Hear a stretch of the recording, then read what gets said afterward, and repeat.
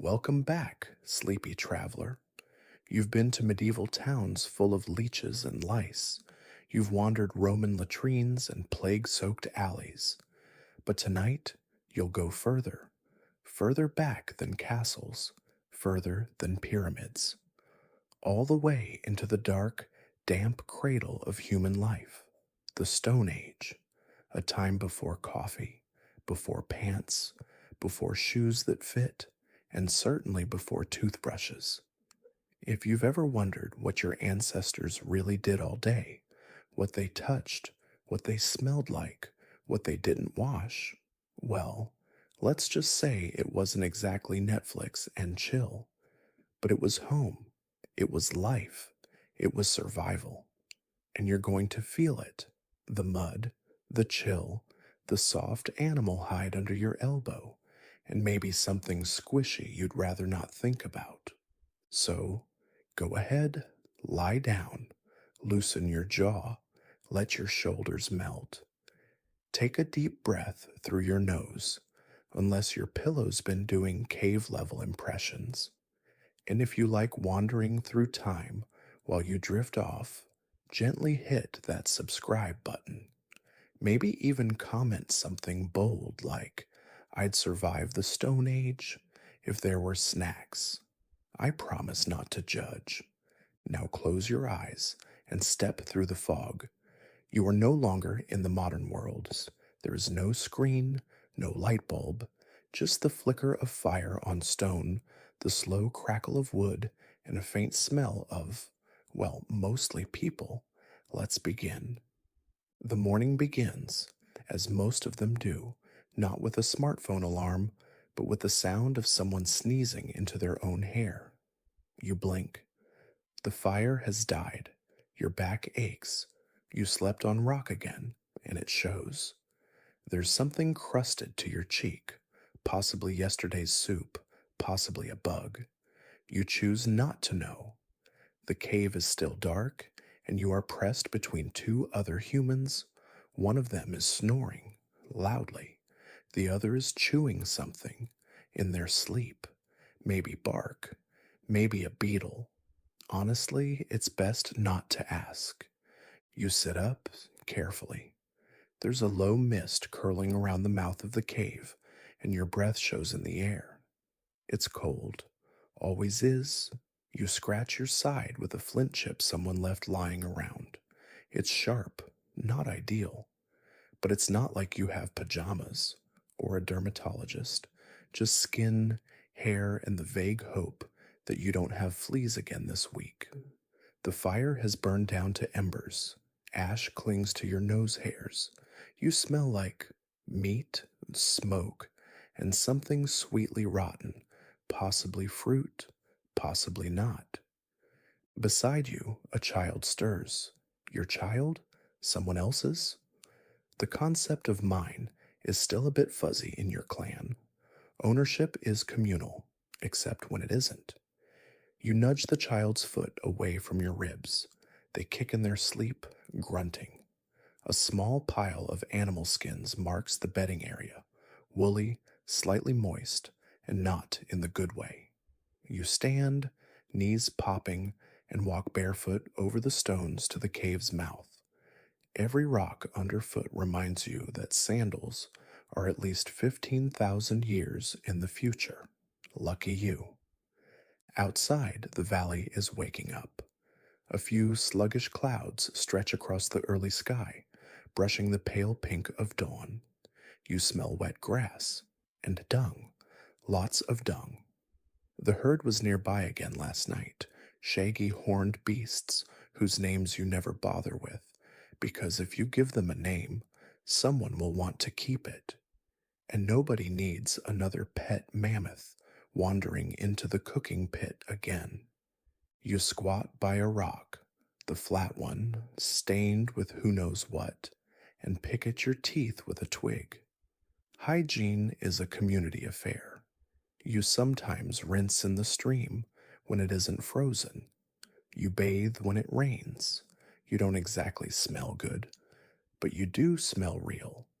You smell like someone who has wrestled roots from frozen ground, who has bitten into raw fish and called it breakfast, who has outlived 2 winters and only lost 1 toe to frost. You're basically a survival icon, just without a fan base or socks. Soon others stir, grunting greetings, scratching in places no one should scratch near a fire. Someone is already gnawing a piece of old bone for marrow. The children argue, the elders groan, and one brave soul is crouching just outside the cave to do their business with all the privacy that a tuft of grass provides. You look away, kind of. The plan for the day is simple. Do not die. Do not starve. Do not freeze. Do not get eaten by anything larger than you, which is a surprisingly long list. But also, maybe laugh a little. Maybe carve something into a rock just to see what it looks like. Maybe listen to the wind whistle through the trees and think, I'm still here. We're still here. You don't have a word for hope yet, but it burns inside you like the embers of that fire, quiet, persistent, ancient. Breakfast is whatever you can find. A few dry berries, a strip of smoked meat that tastes like leather and regret. Someone found a honeycomb last week, and the memory of that taste is enough to make your stomach ache. But mostly, you eat roots, chewy, gray things that take effort to chew and even more effort to love. Still, they don't kill you, and that's a win. You spit a piece of bark, it lands on your foot. You don't even notice. The wind picks up. Somewhere in the distance, wolves howl.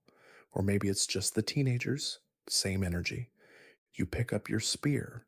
It's not fancy. Just a stick, sharpened with a stone, lashed to the end. But it has history. It's chipped at the edge where you killed your first boar. You remember the way it squealed, the way your heart pounded, the way your feet slipped on its blood. You remember feeling alive and terrified and very, very cold. You press your palm to the stone wall of the cave. It's cool, rough, ancient. You trace your fingers over the charcoal outline of a handprint. Maybe yours, maybe not. It doesn't matter. It's a mark, a memory, a whisper to the future. You don't know what future is, not really. But you know this moment, this cold morning, this breath, this hunger, this tribe, this life. And somehow, that's enough. Later in the morning, the cave breathes with motion. The air, once thick and quiet, fills with the soft clatter of movement, stone scraping against stone, bone tapping against wood, the unmistakable sound of someone coughing up something chunky and proud of it. You don't speak much, not because you don't want to, but because language is more like music now, half grunts, half glances, full of eyebrows and elbows, and knowing what someone means by the way they chew. Words are rare, precious things, saved mostly for fire, for danger, or for insulting someone's hair. You chew a root. Slowly. It tastes like soil, because it is soil. You suck on it like it owes you rent. Across from you, one of the older women is crushing berries with a rock. The color spreads into the stone like a wound, staining her fingers red. She hums softly, off-key but calm. She paints the berry juice on a piece of bark, then wipes it on her face. You're not sure if it's for beauty or war. It could be both. It often is. The children wrestle in the dirt. Their knees are covered in bruises, and their bellies in yesterday's dinner. They squeal and shriek and occasionally bite each other, but no one minds.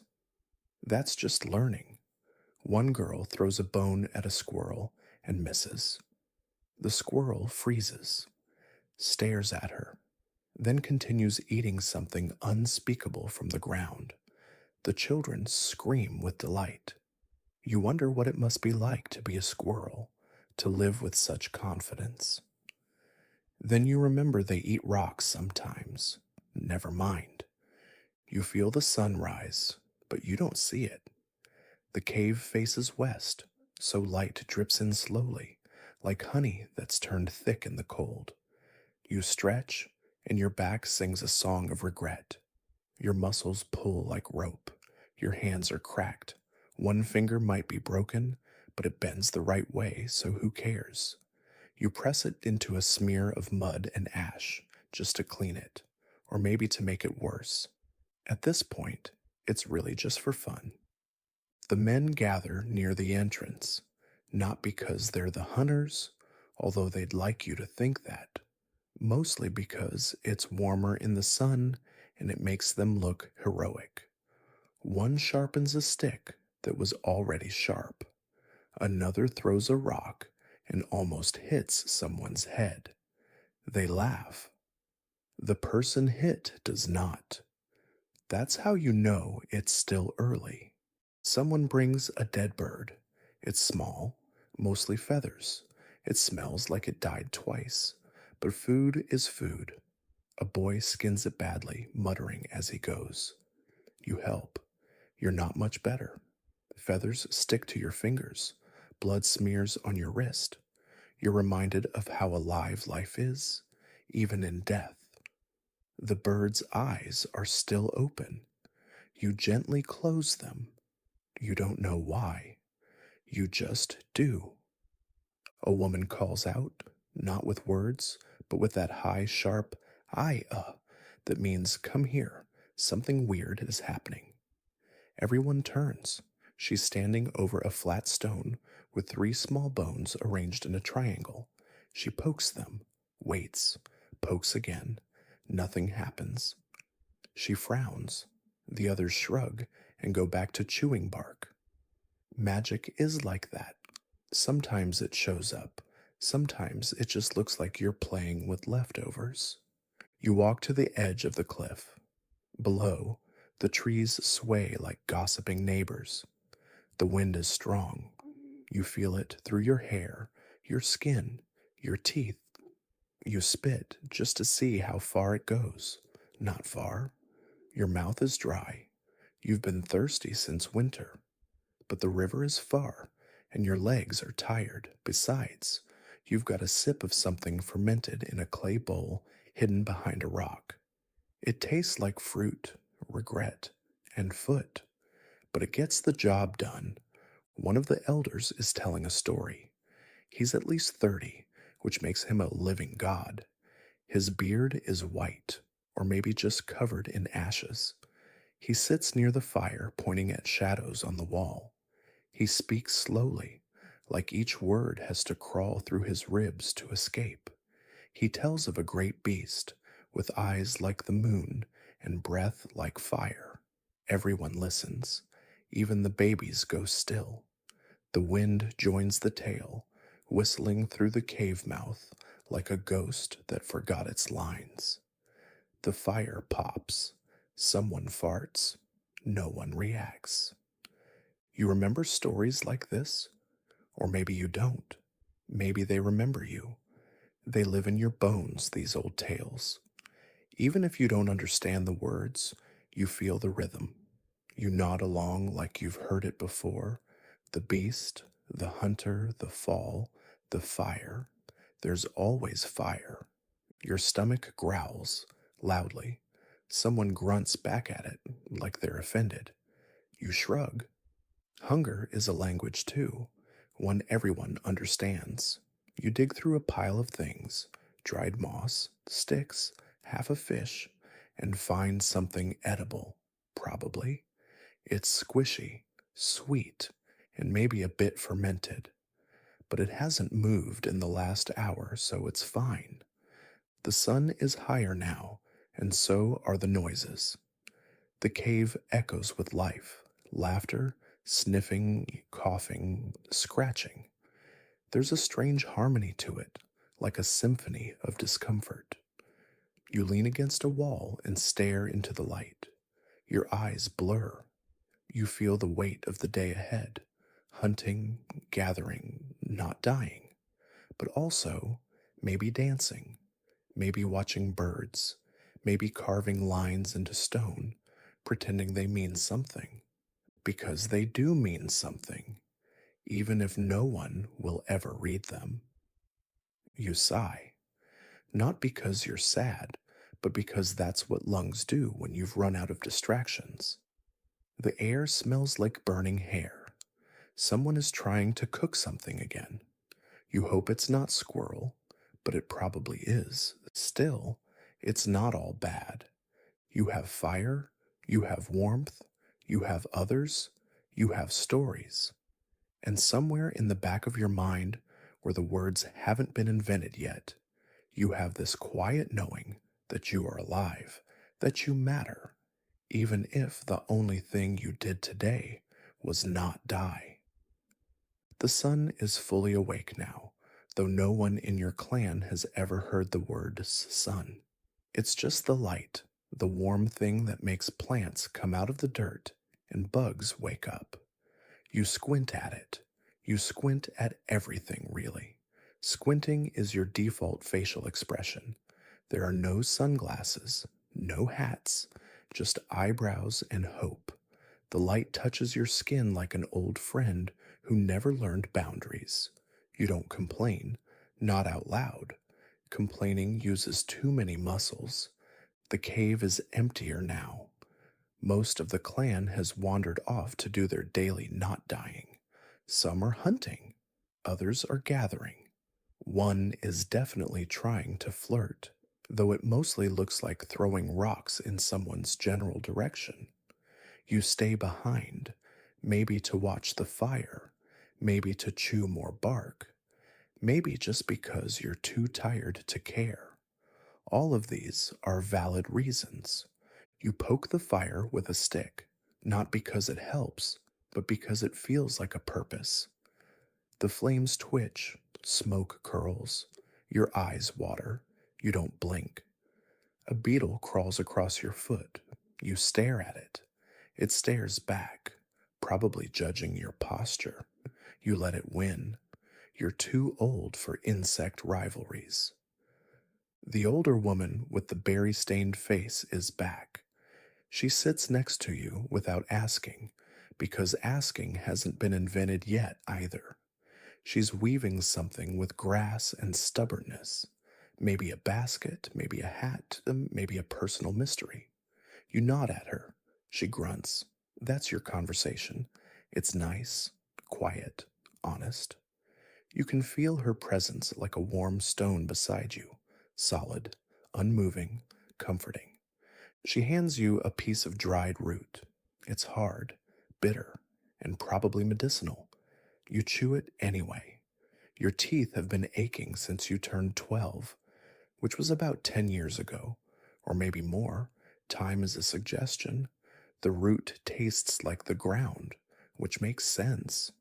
You nod again, slower this time.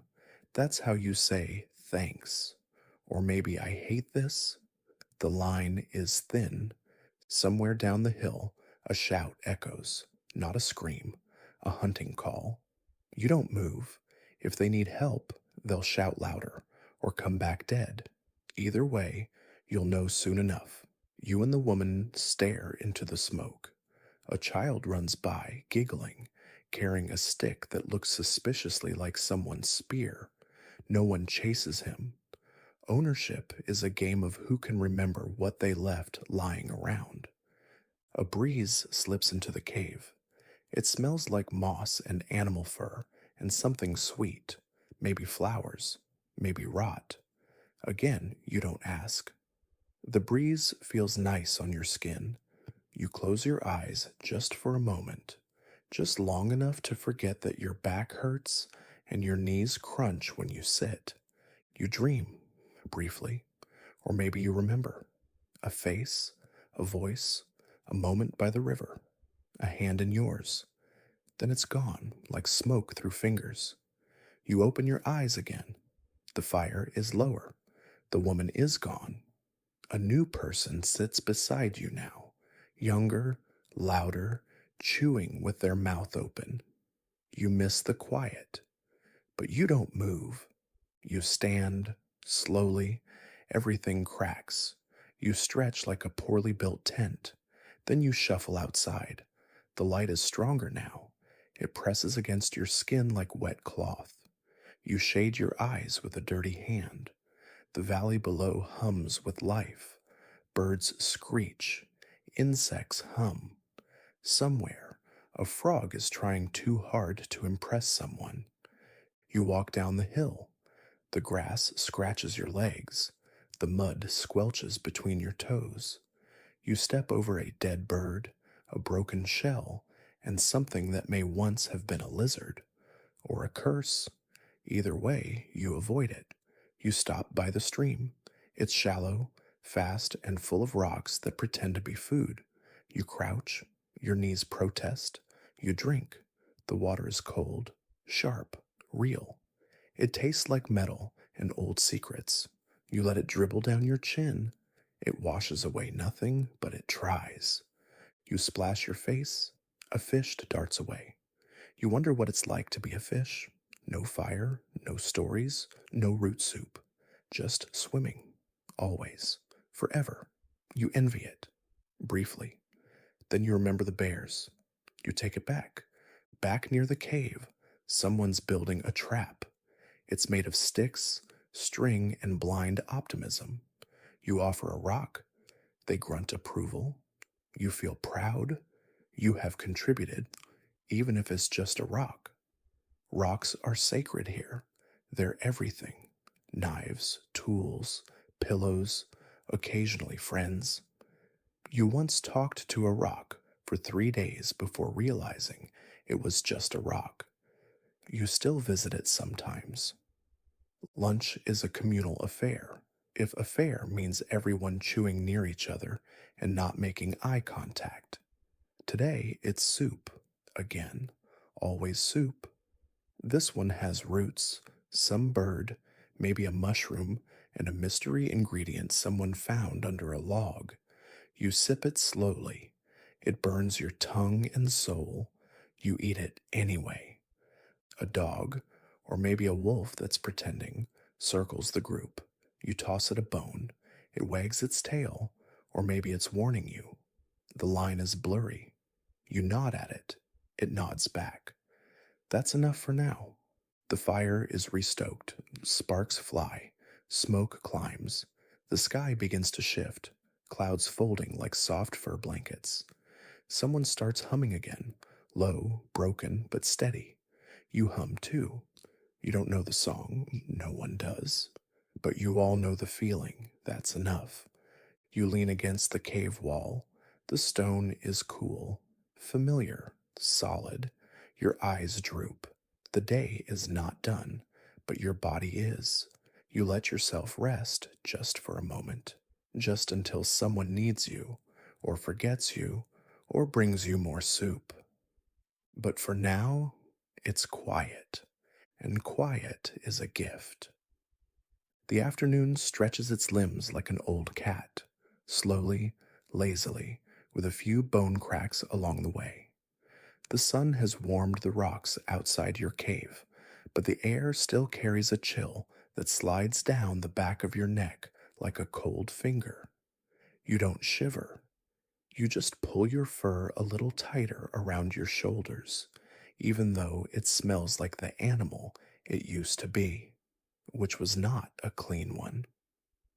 The children are back carrying treasures they found in the woods: a feather, a smooth black stone, a stick shaped like a bent finger. They parade them proudly, showing each item like a royal gift to whoever will glance. You grunt in approval when they come to you, not because you care, but because you remember when you did, before life got heavier than feathers. One of them offers you the stick. You take it. It's sticky. You hand it back.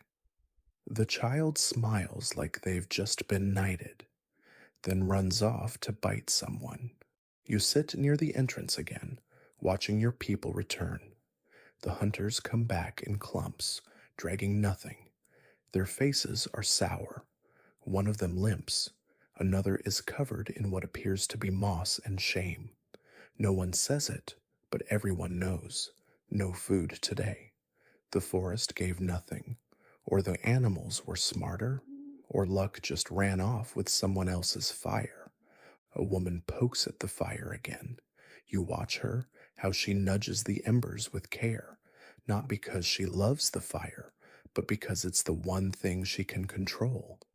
You relate deeply. There's a soft tension in the air now. Hunger doesn't shout, it whispers.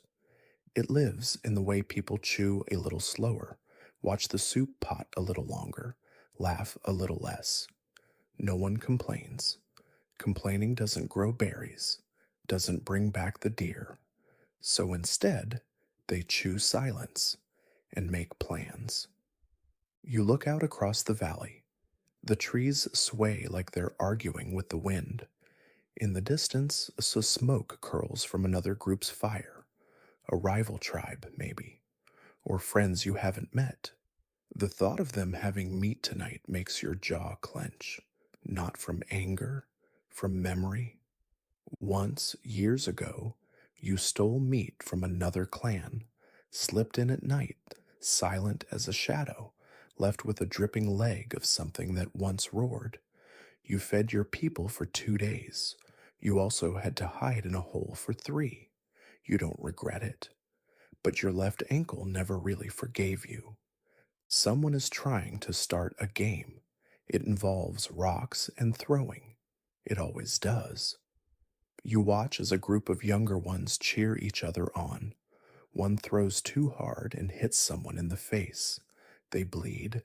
Everyone laughs, including the person bleeding.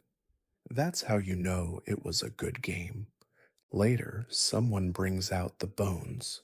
Not food bones, story bones. Each one is carved, etched with lines that may mean something. A record of hunts, a memory of births. A warning, perhaps, never to touch the yellow frog again. You gather around. The bones are passed from hand to hand, warm from fingers and firelight. You hold one. Trace your thumb over the grooves. You don't understand the full story, but you feel it, like a whisper in your chest. An elder begins to chant, slowly, rhythmically. The words are old, older than you, older than even the stone that cradles your body each night. It's not the meaning that matters, it's the sound. It fills the air like smoke, software stinging, sacred. You lean into it. Your eyes drift. Your thoughts soften. The bones in your lap feel heavier. Or maybe your hands just remember what they're holding. Maybe they're remembering for you. Nearby, someone plucks at a string, sinew stretched over a hollow bone. The sound is awful, truly, but it's music, and everyone agrees not to point out how bad it is, because silence would be worse. One of the younger ones starts to dance. Their limbs flail like wind-blown branches. You can't tell if it's meant to be serious. They fall, laugh, get back up. Everyone claps quietly. The fire flickers. Shadows join the dance, stretching long across the cave wall. You stare at them. For a moment, you wonder, if someone saw only these shadows, would they know what kind of people made them? Would they guess you were smart, or kind, or just cold and full of soup? You don't know. You never will. The light begins to fade. The sky outside is bruising, purple and gray, stitched with streaks of gold. You've seen 1,000 skies like this, but everyone feels like the last one you'll see. That's what makes them beautiful. You stand. Your legs disagree, but you ignore them. You walk toward the pile of skins that is your bed. Someone is already curled near it. They grunt. You grunt back.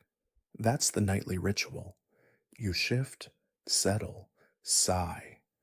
The sounds of the cave become slower, softer, breathing, shuffling. That weird noise someone always makes with their throat. It's familiar, like a lullaby made of human flaws. You close your eyes, just for a moment, and in the dark, you feel it. The rhythm of life. Not perfect, not clean, but real. The stars are beginning to blink open now, one by one, as if the sky is slowly remembering its freckles. There is no word for constellation yet, but you see patterns anyway. That one over there, it looks like a running deer, or a falling man, or a spear pointed towards something lost. You don't know the names, but your body recognizes the shapes, like a dream you never finished. You lie on your side, pressed between bodies and blankets made of dead things. The cave floor is uneven, cold in places, warm where the fire touched it. A small stone digs into your hip. You consider moving. You don't. Moving is a decision, and you've made enough of those today. Better to sleep with discomfort than wake up with regret. Someone coughs. Someone farts. Someone laughs about the fart. You smile, even though your eyes are closed. Even in the Stone Age, this is comedy gold. Outside, the wind moans through the trees. It sounds like someone trying to remember a song they never quite learned. You used to be afraid of that sound when you were smaller, softer, breakable, but now it's familiar, like the voice of something that always returns. Wind, hunger, hope. There's a hand on your ankle, not holding, just resting. You don't know whose it is. It doesn't matter. It's warm. That's enough. You think of the day, not with pride or sorrow, but like someone sorting through a basket of dull stones. This one was okay. That one had a worm in it. That one made someone cry. You don't judge the day. You just let it pass. Like everything else. Your breath slows. Your ears tune to the soft background of cave life. Fire popping. Teeth grinding. A lullaby hummed into someone's own shoulder. You've heard this orchestra every night of your life. Somehow, it's never the same song twice. Then, a sound, a sharp rustle, a crack, not near, but not far. The bodies beside you stiffen. A few heads lift. No one speaks. Another sound, snapping branch, heavy steps. You're not panicking. You're preparing. Everyone is, quietly and together. Someone reaches for a rock. Someone else tightens their grip on a bone club. You remain still, listening, waiting. The dark outside is thicker than inside. The fire casts flickering shadows on the wall. They dance faster now. Then, nothing. Just silence. The fire crackles. The tension fades like breath in the cold. You exhale. Everyone does. Not loudly. Just enough to tell the night, not this time. Still, no one truly relaxes. Not yet. You lie back down. The hand is gone now. Maybe its owner is clutching a rock. You open one eye, stare into the embers. The orange glow pulses like a heartbeat, like the inside of something alive. You remember fire's story, how it came to you, from lightning, from luck, from a fallen tree, how it changed everything, let you see, let you cook, let you gather without freezing, but also how it bites, how it eats. You once burned your fingers, trying to impress someone, maybe. You don't remember who, just the pain and the laughter. You learned. Fire teaches without mercy. Now it keeps you alive. A soft snore begins, then another, a symphony of sleep. You're not there yet, but you're close. Your mind drifts to the others, the boy who always wakes up talking, the girl who thinks rocks have feelings, the elder who laughs like he invented it, the woman with the berry stained hands who once saved your life by pointing at a cloud and saying, "Don't." You don't understand her words, but you understood the warning, and you lived. That was enough. Still is. Outside, something howls. Not a wolf, something smaller, more desperate. You listen, not for danger, just for the story in the sound. Everything is a story here. The way the river bends, the way your knee aches before the rain, the way two birds fought over a berry and then forgot and nested together. No one writes them down, but they live in bones, in scars, in the shape of your footprints. You shift again. That stone is still under your hip. You still don't move. It feels like a reminder that you are still here, that comfort is a luxury, and that even in a world full of smoke and dirt and bad soup, you made it, today at least. You're not thinking of tomorrow. That's a wordless worry. Tomorrow doesn't exist yet. Not really. Just sunrise, just more walking, more chewing, more pretending you're not afraid when you are. But that's okay. Everyone's pretending. That's how you know you belong. You close your eyes again. This time, you don't open them. You feel the stone, the warmth, the quiet, and slowly you sleep. The night holds you gently now, like a memory too heavy to forget, but too soft to hold tight. The fire has curled inward, shrinking to red whispers beneath the ash.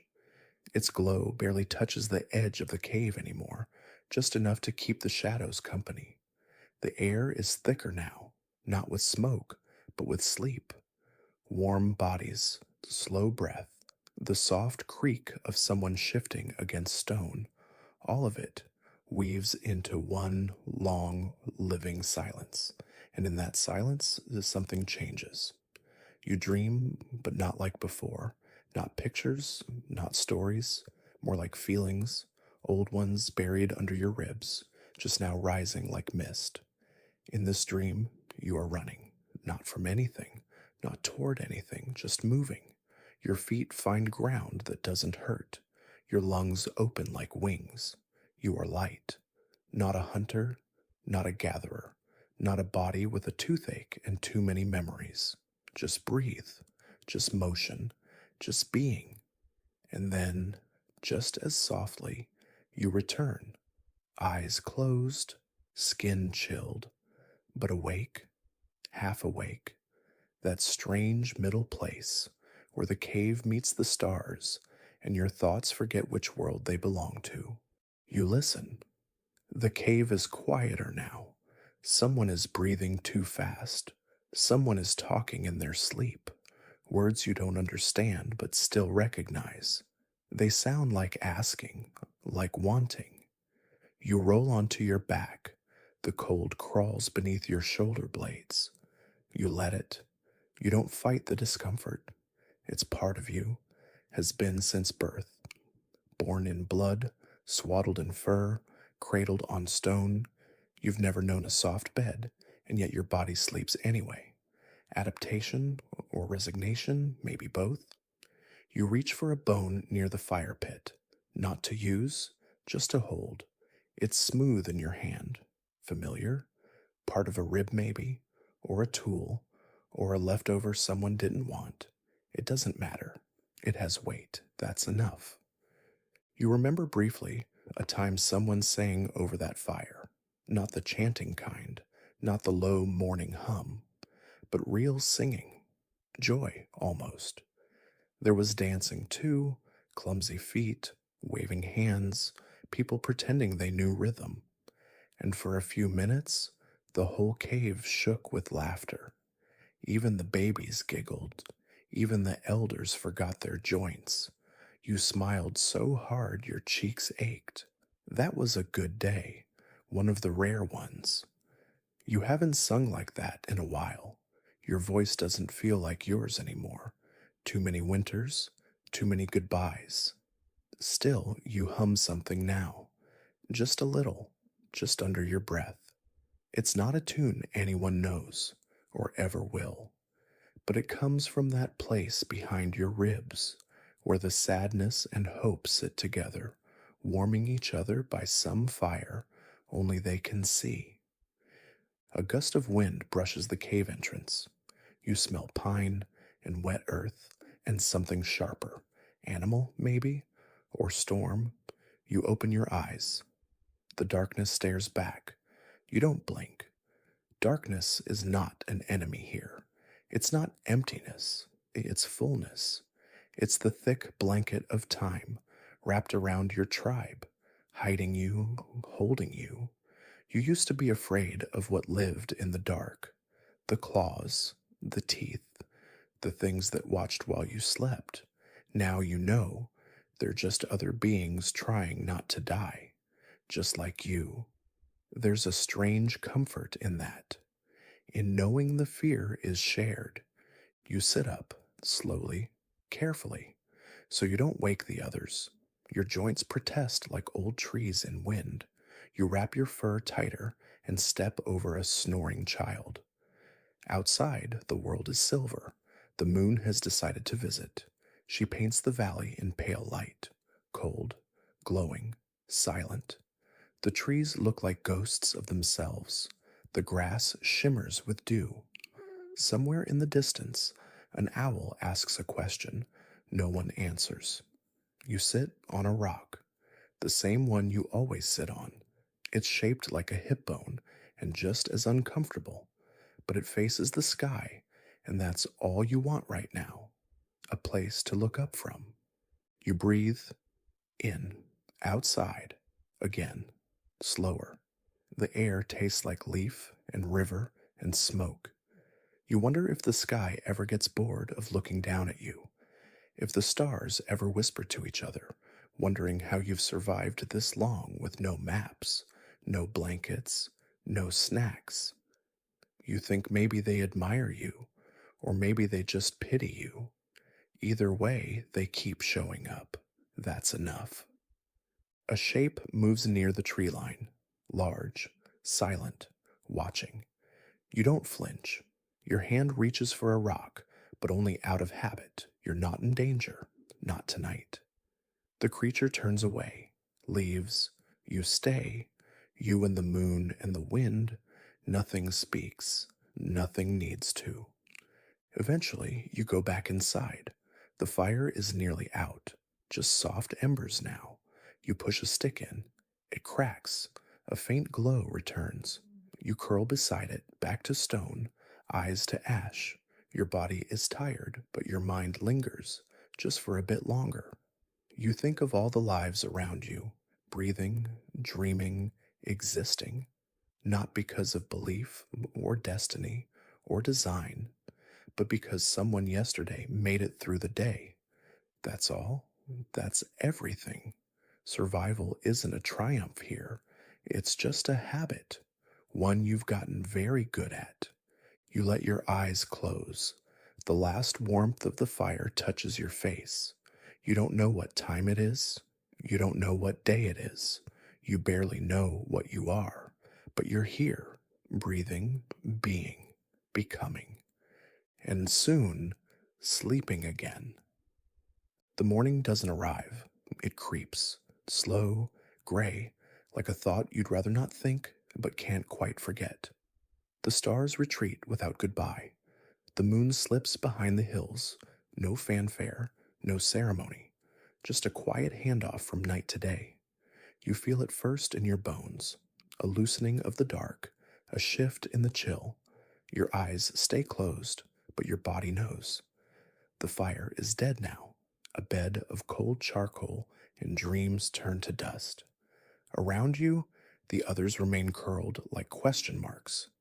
No one speaks. Not yet. Speech belongs to later, when the light has fully returned and the hunger becomes louder than the silence. You rise, not quickly, but the way old roots rise, slow, stiff, cautious of cracks. Your breath leaves a little cloud in front of your face. You don't bother brushing the dirt from your side. It will be replaced soon enough. You move to the cave's mouth, stepping over knees, furs, and a pair of feet that might be yours if you were born luckier. Outside, the earth is wet from a night fog. Stones glisten, leaves hang heavy. Somewhere nearby, water drips from a branch in perfect rhythm, as if the trees are counting something. You listen. 1, 2, 3. You don't know what they're measuring, but it's comforting to think they care. A raven squawks, loud, impolite. You squint at it. It squints back. A staring contest between two creatures with nowhere better to be. You lose. You always do. The bird flaps off unimpressed. You remain. Still watching, not thinking, just absorbing.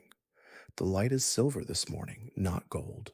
Everything looks like it's been dipped in dust. You crouch and run your fingers through the dirt. Cool. Software alive. You smell it. The earth. The worms. The slow rot of fallen things turning useful again. It smells like time. Like something sacred that never needed a name. You walk toward the trees. Barefoot, of course. Your feet are calloused enough to insult stone. You feel every stick, every squish, every unidentifiable crunch beneath your toes. It's not pleasant, but it's honest. You find a patch of green shoots poking up between rocks, edible if you chew long enough. You pull one, bite it, regret it, bitter, like boiled jealousy. But it'll keep you upright. That's good enough. Nearby, someone else stirs. A younger boy, maybe yours, maybe not. Parenthood here is less biology, more proximity. He scratches his head with both hands, then looks at you. You nod. He doesn't nod back, just picks something from his teeth and walks into the trees. That's love, in a way. No words, just not leaving. You find berries, not many, not ripe, but they exist.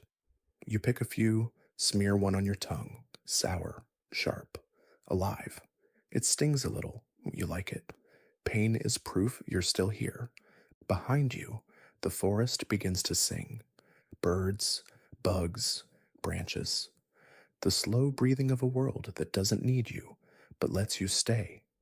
You wonder how many mornings this forest has seen. How many humans have crouched here just like you, chewing roots and watching ravens judge their posture. The thought should be humbling. Instead, it's soothing. You're not special. You're just part of the pattern. One breath in a long, long rhythm. You return to the cave with mud on your feet and a palm full of bitter gifts. The others are up now, stretching, spitting. One is definitely peeing in the wrong spot. Again, you ignore it. Rituals are important, even if they smell like goat. Someone is feeding the fire. Another is sharpening a stick that's already too sharp. A third is rubbing two stones together like it owes them money. The tribe is waking, groggily, grumpily, but together. Breakfast is more soup. You don't ask what's in it. You don't want to know. You just slurp. It's hot. It burns your tongue. You say nothing. That's how you know it's working. A child picks something out of the pot and asks if it's a worm. No one answers. They eat it anyway. Today, there's talk of moving. Not far. Just over the ridge. There's a cave there. Drier. Fewer bugs, maybe. You know the real reason. The animals have learned your smell. The berries here are running out, and the smell of your own waste is becoming motivational in all the wrong ways. Change is hard, but rot is harder. So you'll go, not now, maybe not today, but soon.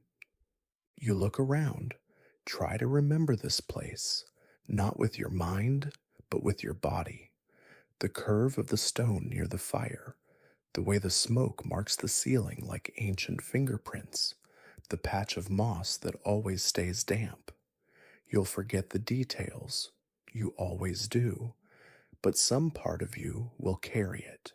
In the way you step, in the way you dream, in the way your hand reaches for stone in the dark.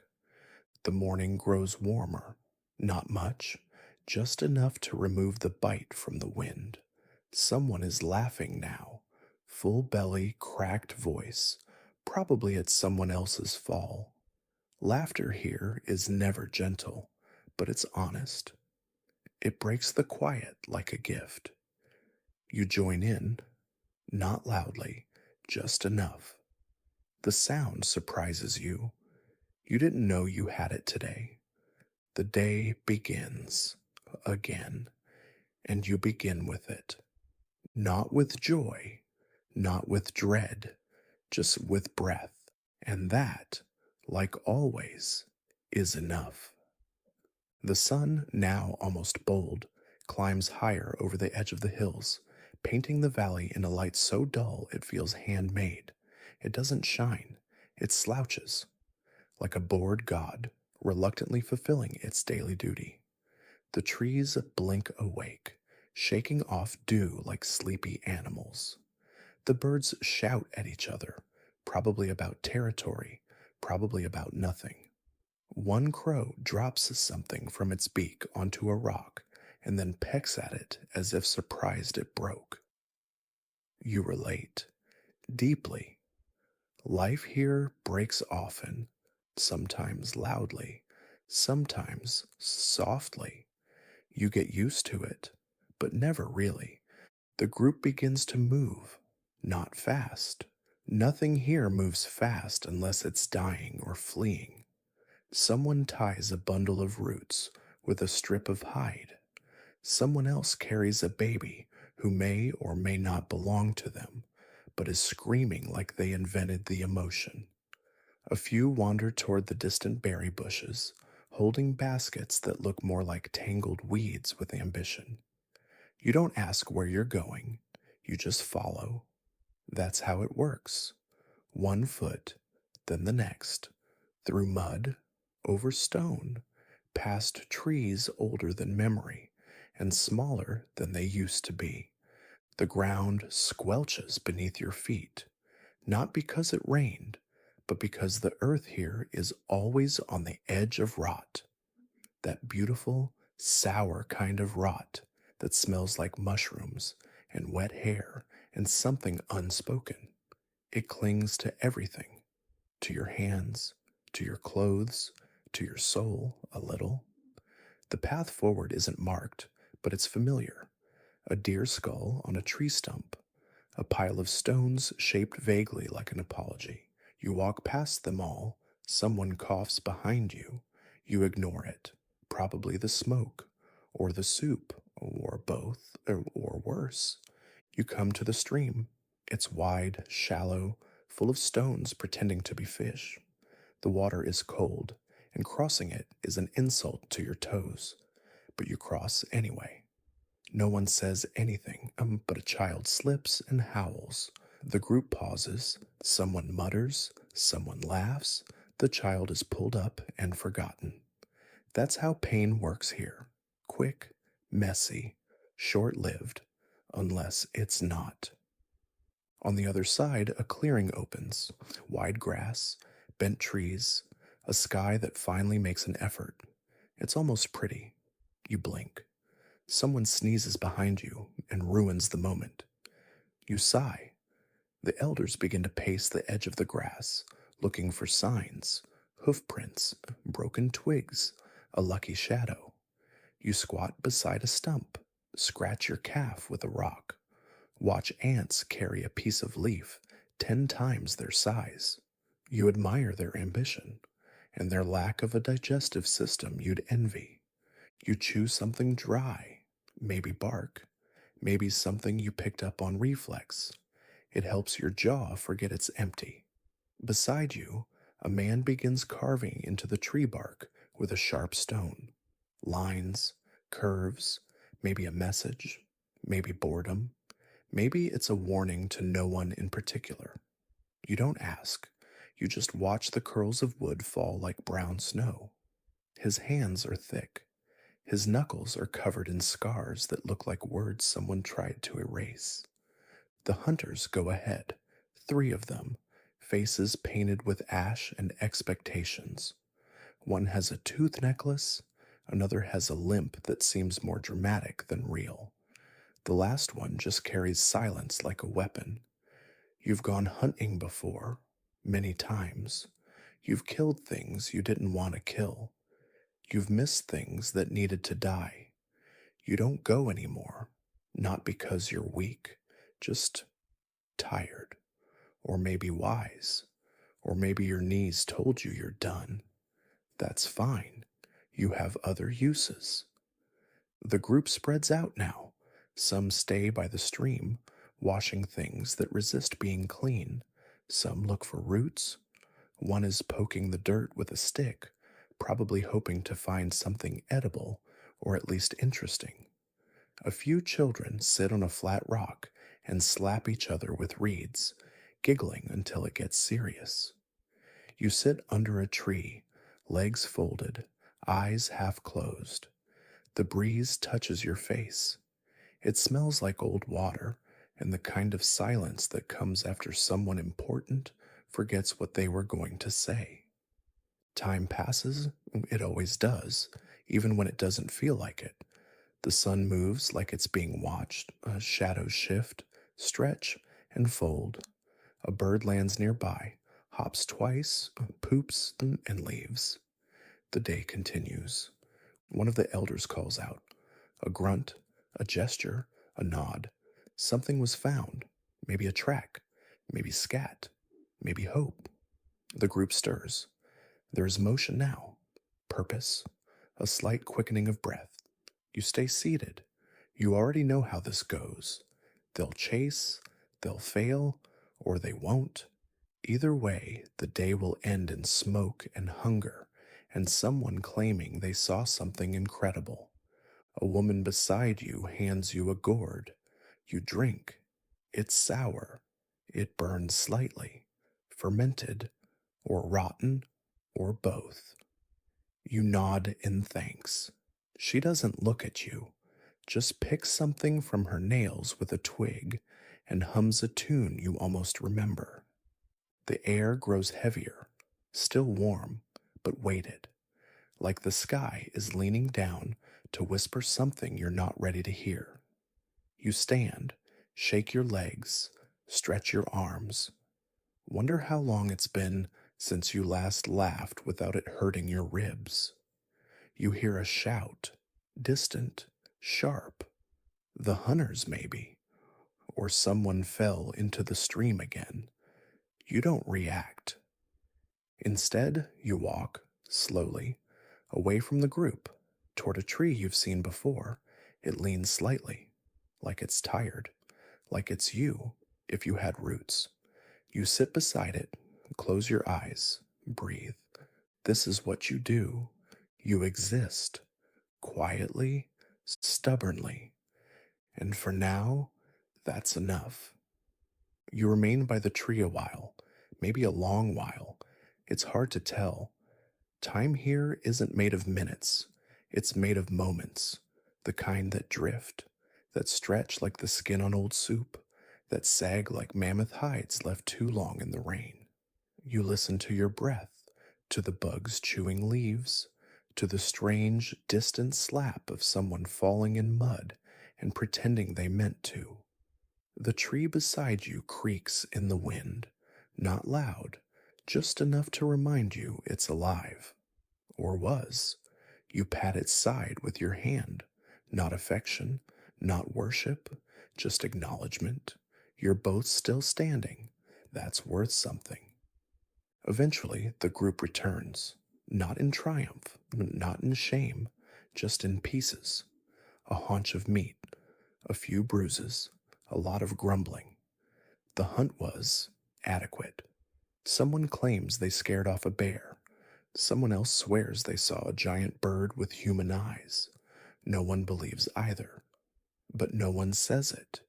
Here, lying is a form of self care, a way of making failure interesting. The meat is dropped by the fire pit. Flies arrive immediately. As if summoned, you nod at them. Professionals, everyone. A woman begins cutting the flesh with a sharpened stone. She's done this before. Her hands move like old habits. The blood runs down her wrist, pools in a cracked bowl that's already full of yesterday's regrets. She doesn't flinch. You don't look away.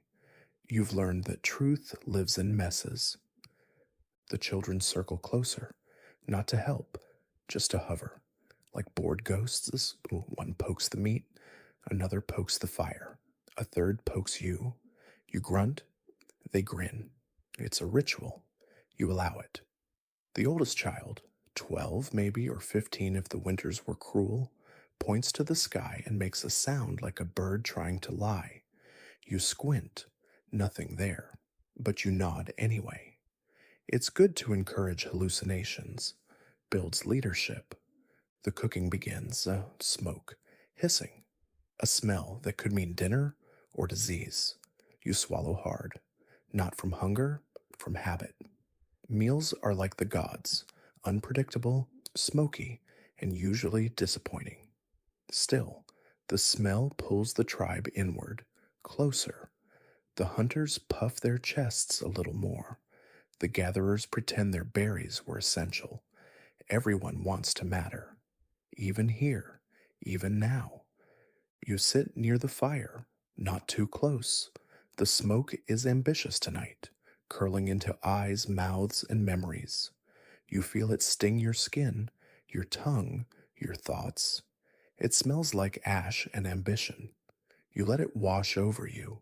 Purification, maybe, or just punishment for not walking faster earlier.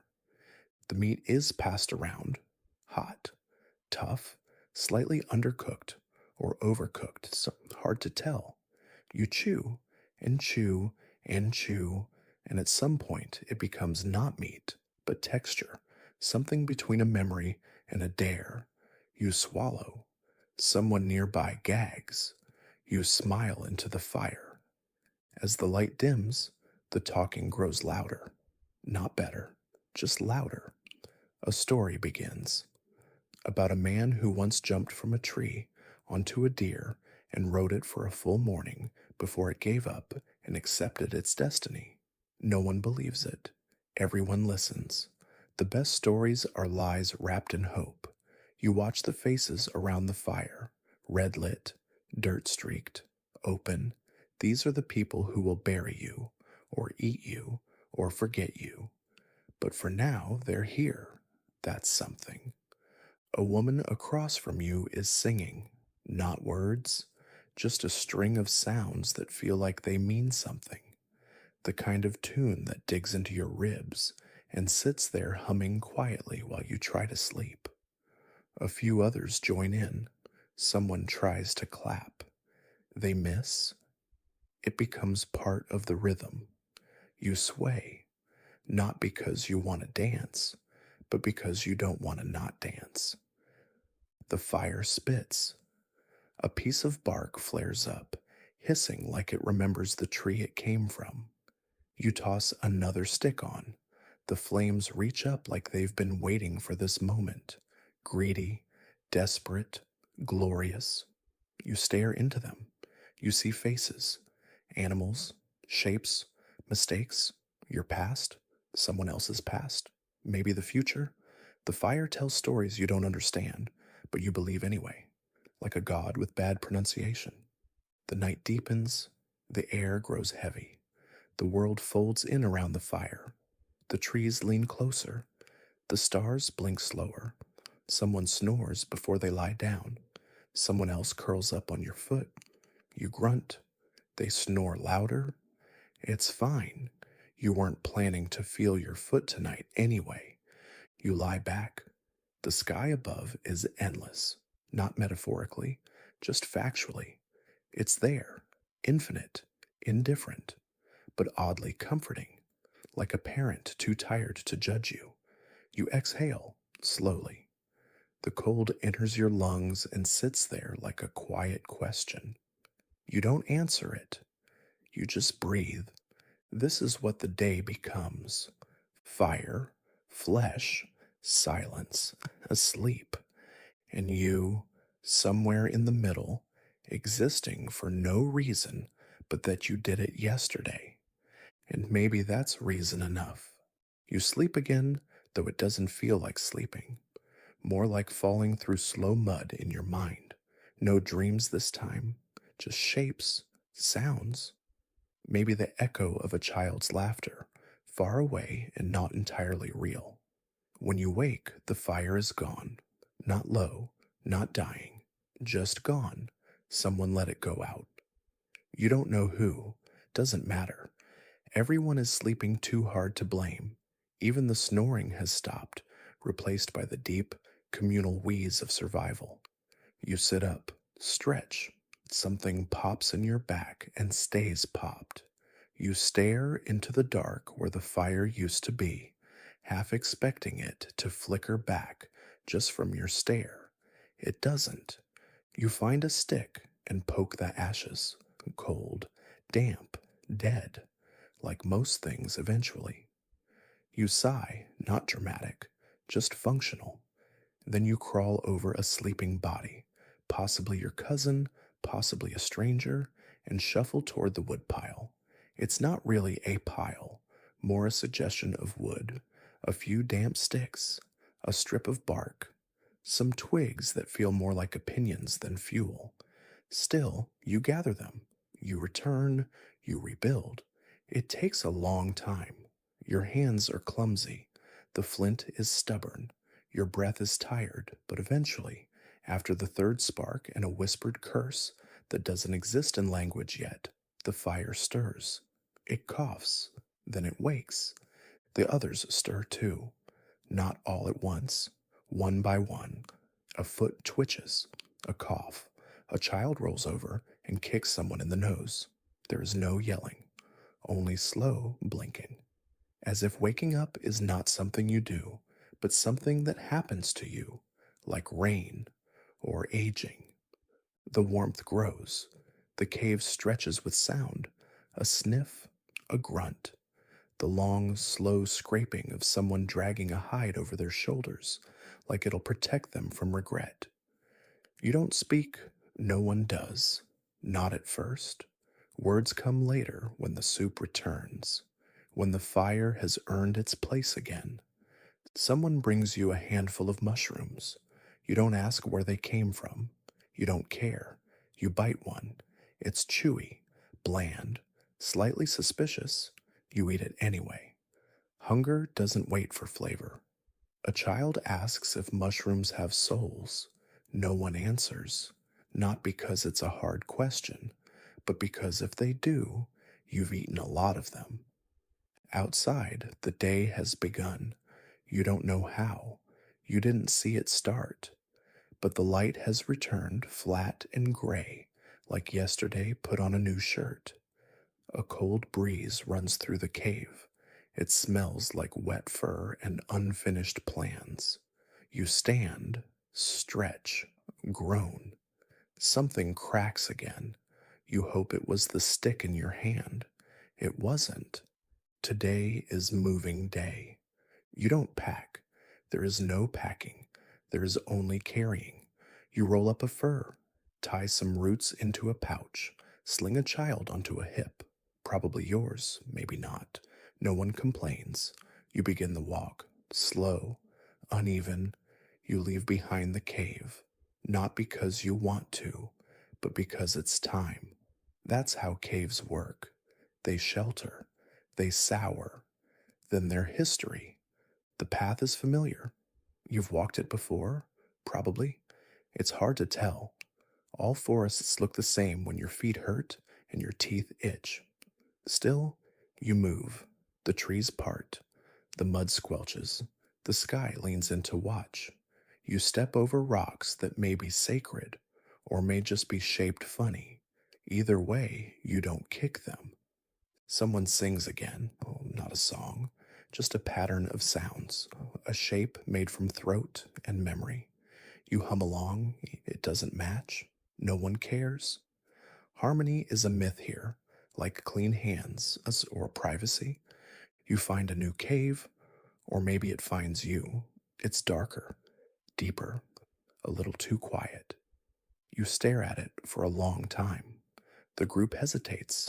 Even the fire seems to flicker slower, as if unsure if it should enter. Then the eldest steps forward. No speech, no ceremony, just a nod. That's enough. You go inside. It smells like dust and forgotten things, which is exactly what you were looking for. You drop your bundle in a corner. Sit on a stone that doesn't immediately bite your tailbone. That's luck. The others file in.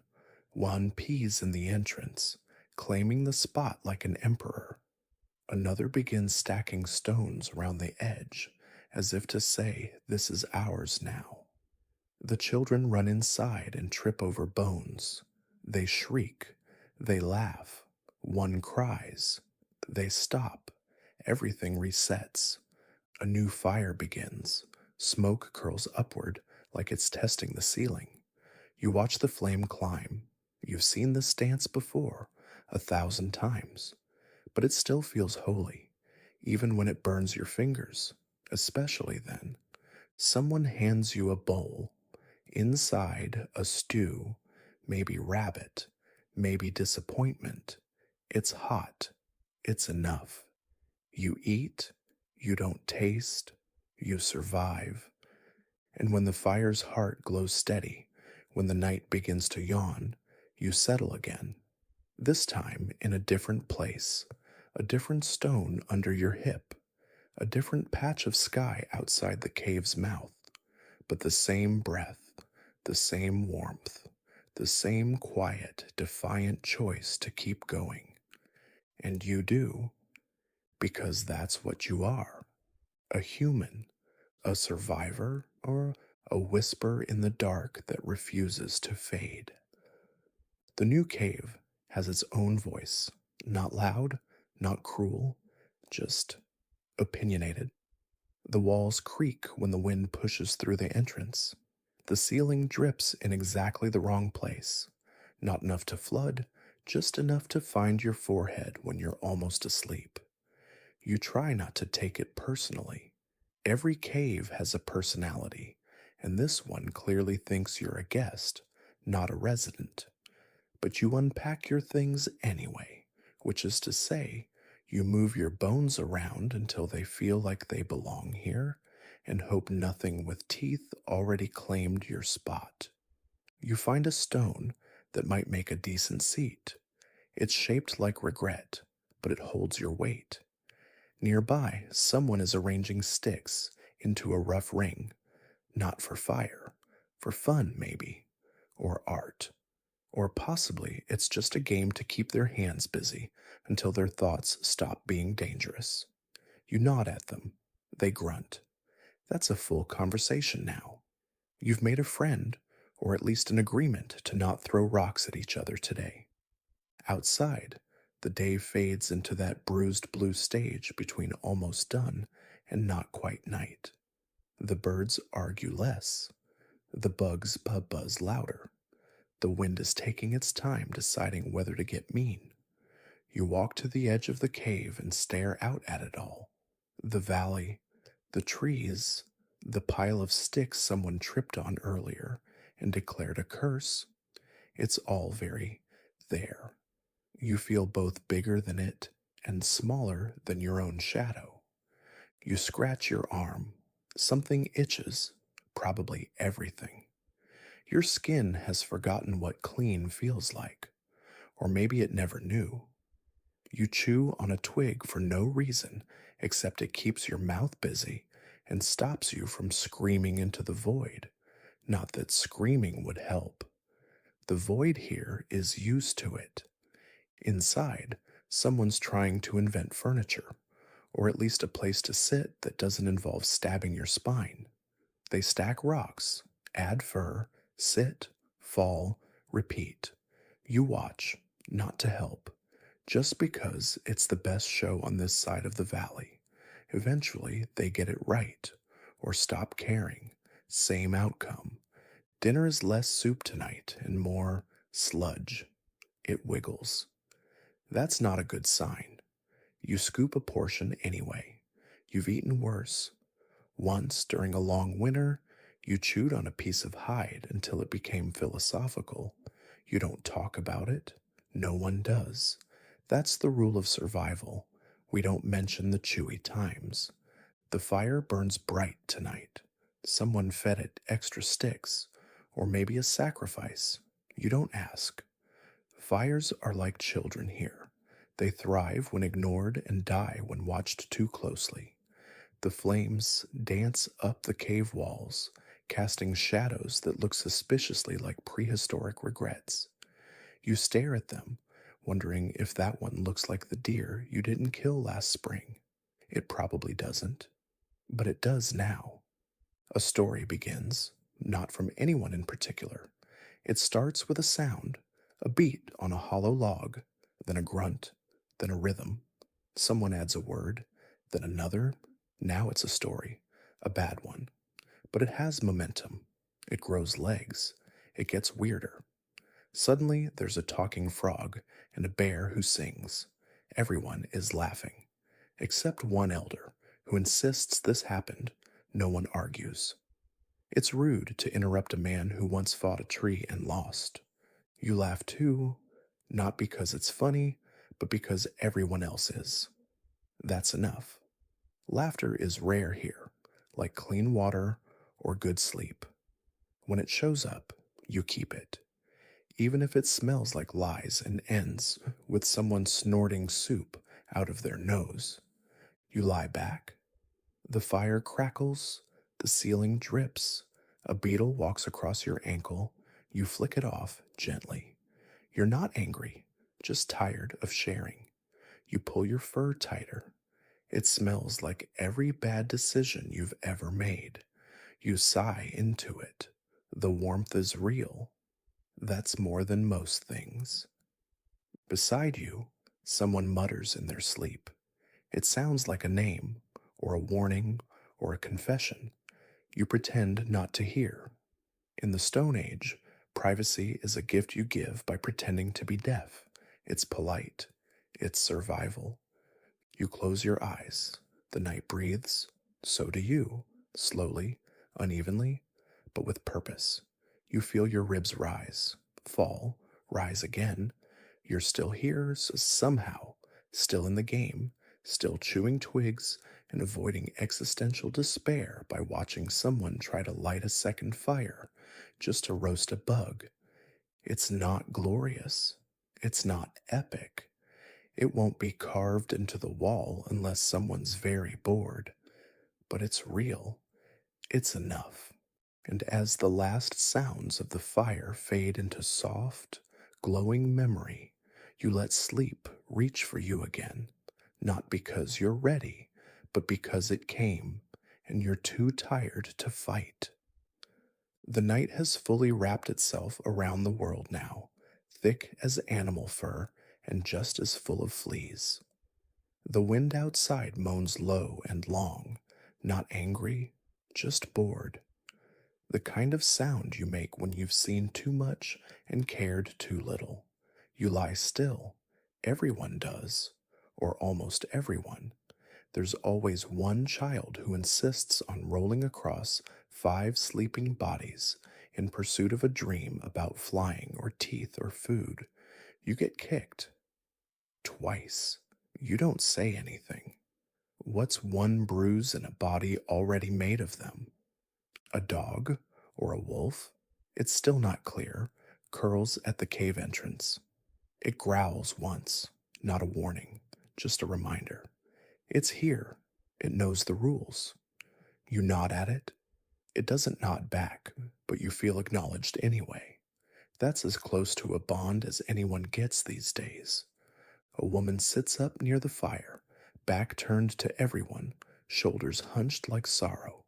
She's humming, softly, not the cheerful kind, not the sad kind, the kind that keeps ghosts out of your ears. You don't ask what's wrong. You never ask. You wait. You listen. If she wanted to be alone, she'd have walked into the woods. She stayed. That means she wants to be near others without being noticed. You respect that. Eventually, she lies back down. The fire flickers, a stick collapses into ash, a spark leaps, fails, dies. You feel yourself slipping, not into sleep, not yet, but into that deeper quiet, where thought is slow and breath is enough. You remember something then, a face, a voice, someone who's gone. You don't know how long ago. Years, seasons, yesterday? Time here is a wheel. Sometimes it rolls forward, sometimes it rolls over you. Morning begins again before anyone is ready. It always does. Not with birdsong or sunshine or hope, with shuffling, with sniffling, with the unmistakable sound of someone stepping in something they wish they hadn't. You open one eye. Light slinks across the cave floor like a guilty animal. The fire's out. Again. Of course. You don't move. Not yet. You listen first to determine how alive everything still is. You hear chewing. That's a good sign. You hear arguing. Even better. Someone is definitely trying to steal someone else's stick. A truly excellent indication of tribal health. You sit up, your back refuses. You sit up anyway. One shoulder cracks in protest. You offer no apology. There is water in a nearby stream, but there is also a debate about whether it tastes like fish death or just wet moss. You walk there anyway, barefoot, cold, tired, alive. The path is new, but your feet remember it. Through thorns, over mud, past a log that's been pretending to be a snake for 5 years. You drink. The water bites your teeth. It doesn't care. It never has. You return to the cave with a handful of mushrooms, 2 small berries, and a rock that might be a tool or might be emotionally manipulating you. The group is already gathering again, cooking, cleaning, plotting minor acts of survival. The hunters are arguing about which direction the sun rises. No one is right. Everyone is loud. You admire their confidence. You miss having that. Breakfast is a shared event. Not joyful, not peaceful, but shared. That's the point. You chew slowly. Something crunches that shouldn't. You swallow, and you nod. It's fine. You're fine. Someone sneezes into the pot. The circle goes quiet. Then someone coughs. Then someone shrugs. The pot stays. The meal continues. A child asks you why the stars go away. You answer with a story about a giant bird who eats them and spits them out at night.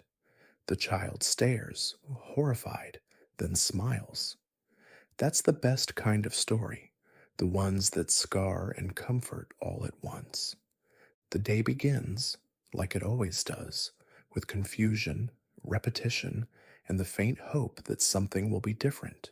It never is. But you still look, you still walk, you still step out of the cave and into the great, damp, unknowable world. That's the whole trick of it, pretending the path you walked yesterday might lead somewhere new today. Your knees hurt, your feet ache, your back feels like it's housing a rodent colony. You walk anyway, into the forest, past the stream, toward the valley. The others follow, not because they have to, because they've learned the same thing you have. Stillness is dangerous, not because of predators, because of thought. And thought, when left alone too long, begins to chew the soft parts of your mind. So you keep walking. You find food, or you don't. You trip, or you don't. You see something beautiful, a flower shaped like a hand, a tree with roots like legs, a bird with eyes like judgment. You forget them immediately. That's how the mind survives. It forgets just enough. You return in the afternoon, with less than you hoped, with more than yesterday. That's a victory. Sort of. The fire is lit again. Smoke rises. It smells like grass and ghosts and wet fur. You sit, you eat, you listen to someone tell a story about a man who turned into a tree and back again, depending on whether or not he was being watched. Everyone nods. Someone claps. No one believes it. But it feels true. That's all that matters. You lean back against the wall. The stone is cold, but solid. Your head finds a familiar groove. Your eyes drift. And for a brief moment, you wonder, is this life hard, or is it just honest? Then someone passes you a chunk of meat, too raw to name, and a smile full of broken teeth. You decide, yes, it's hard, but also, strangely, it's yours. The evening stretches over you like a worn out hide, warm in spots, damp in others, and never quite big enough to cover everything. The cave fills again, not quickly, not joyfully, but slowly, like soup settling in a cracked bowl. People return in twos and threes, carrying the day in their shoulders and mud on their knees. No one boasts, no one cries, just soft grunts and long sighs, the language of a people who have become very good at enduring. You take your usual seat, the one by the wall that doesn't leak unless it's truly committed to being unpleasant. Someone passes you a bone with some meat still clinging to it. You nod. That's a thank you. You bite.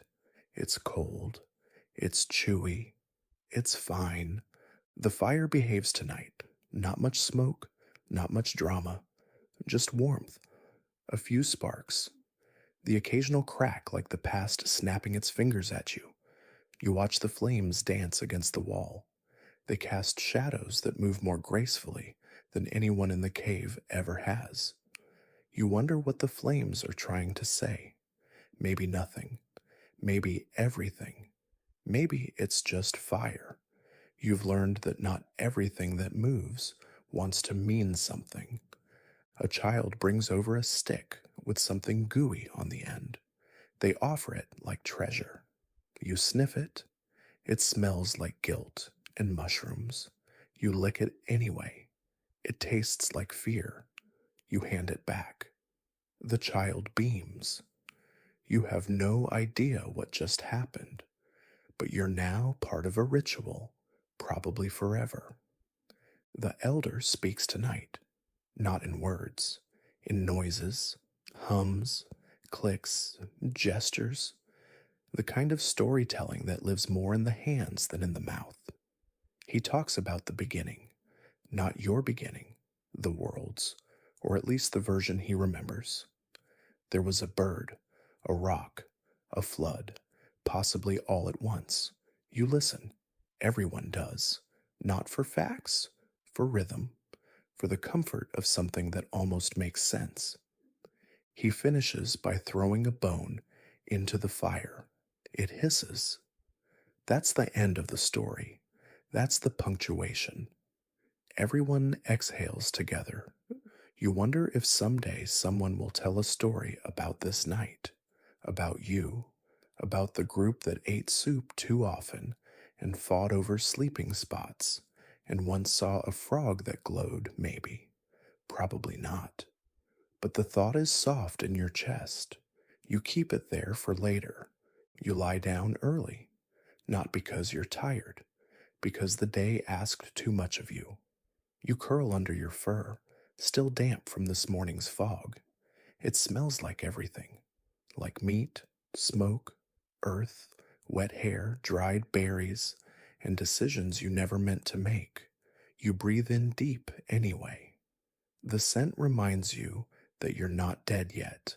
That's a strange comfort, but it is one. Your eyes don't close. Not yet. You stare at the ceiling. The dripping has slowed. One drop every few minutes. Enough to remind you it's there. Enough to threaten, but not enough to do anything about. You decide to call that mercy. You listen to the sounds of the others, breathing, snoring, whispering. Someone is talking in their sleep again. A name, maybe yours, maybe someone lost. You roll onto your side and try to forget the sound. It sticks to the inside of your ribs. You think about the tree you passed today, the one split in half by lightning, or time, or sorrow. It looked like it was still trying to grow. You admire that stubborn life, bent, broken, but reaching anyway. You wonder if you're like that. You hope so. You fear so. Your stomach growls. You ignore it. Hunger is an old friend now, predictable, uninteresting, not dangerous, just present, like a shadow, or a cousin you don't speak to anymore. The fire crackles. Someone rolls over and kicks you gently. It's not an attack. It's not a message. It's just space management. You grunt. They grunt back. Apology accepted. Boundaries respected. Outside, an owl calls. The cave falls still for a moment. Then the baby starts crying, of course. Everyone flinches, but no one moves. Eventually, someone picks the child up, rocks it, hushes it, sings to it in a voice that sounds like gravel and forgiveness. You let the sound wash over you. It doesn't soothe, but it reminds you that someone still cares. You close your eyes. You drift. You're not happy. You're not sad. You're not full. You're not cold. You're just still here. And in this moment, that is all that matters. You wake before your eyes open. That strange, heavy kind of waking where your body is still negotiating with the day and your spirit is pretending not to live in that body. The air in the cave is thick, not with smoke this time, but with breath. Dozens of lungs exhaling the same old dreams into the same stale morning. You feel the fire's ghost, still warm against your ankle. Someone stirs nearby. You don't know who. It doesn't matter. Everyone here is family or close enough to share fleas. You sit up slowly. Your knees make the sound of two sticks rubbing together, but no fire comes. Your back adds a note of protest. You ignore them both. They've been complaining since the season changed, and you're beginning to think they just like the attention. You glance around. The others are still half asleep. One man chews something that may be food, maybe moss, maybe boredom. A woman holds her baby like a question she hasn't found the answer to yet. A child hums tunelessly while smacking two stones together. You suppose this is what joy looks like at this hour. You step outside. The sky is gray again, like it hasn't made up its mind about existing. The clouds hang low, sulky.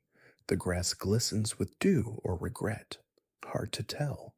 Your feet find the cold earth. They grumble. You keep walking. The same path as yesterday. The same scent in the wind. Wet bark, old animal. A touch of something sweet that never turns out to be edible. At the stream, you wash your face. The water is sharp and rude. It slaps you awake, then runs off. offended. You spit. The fish scatter. A frog stares at you like it's considering a better life. You stare back. For a moment, you feel deeply connected. Two damp creatures surviving on accident. Then it blinks and jumps away. The connection is broken. You pretend not to care. Breakfast is not ready. It's never ready. It's a process that begins with complaining and ends with chewing. You find a handful of dry berries from a pouch someone left near the fire. You eat them. One tastes like ash. One tastes like sadness. The others taste like you'll be fine. You are, mostly. There's a dispute over who found the most edible roots yesterday. It escalates into a gentle shove, then into a loud sigh, then into two people ignoring each other for the rest of the day. That's justice here. Cold shoulders and very loud stick breaking.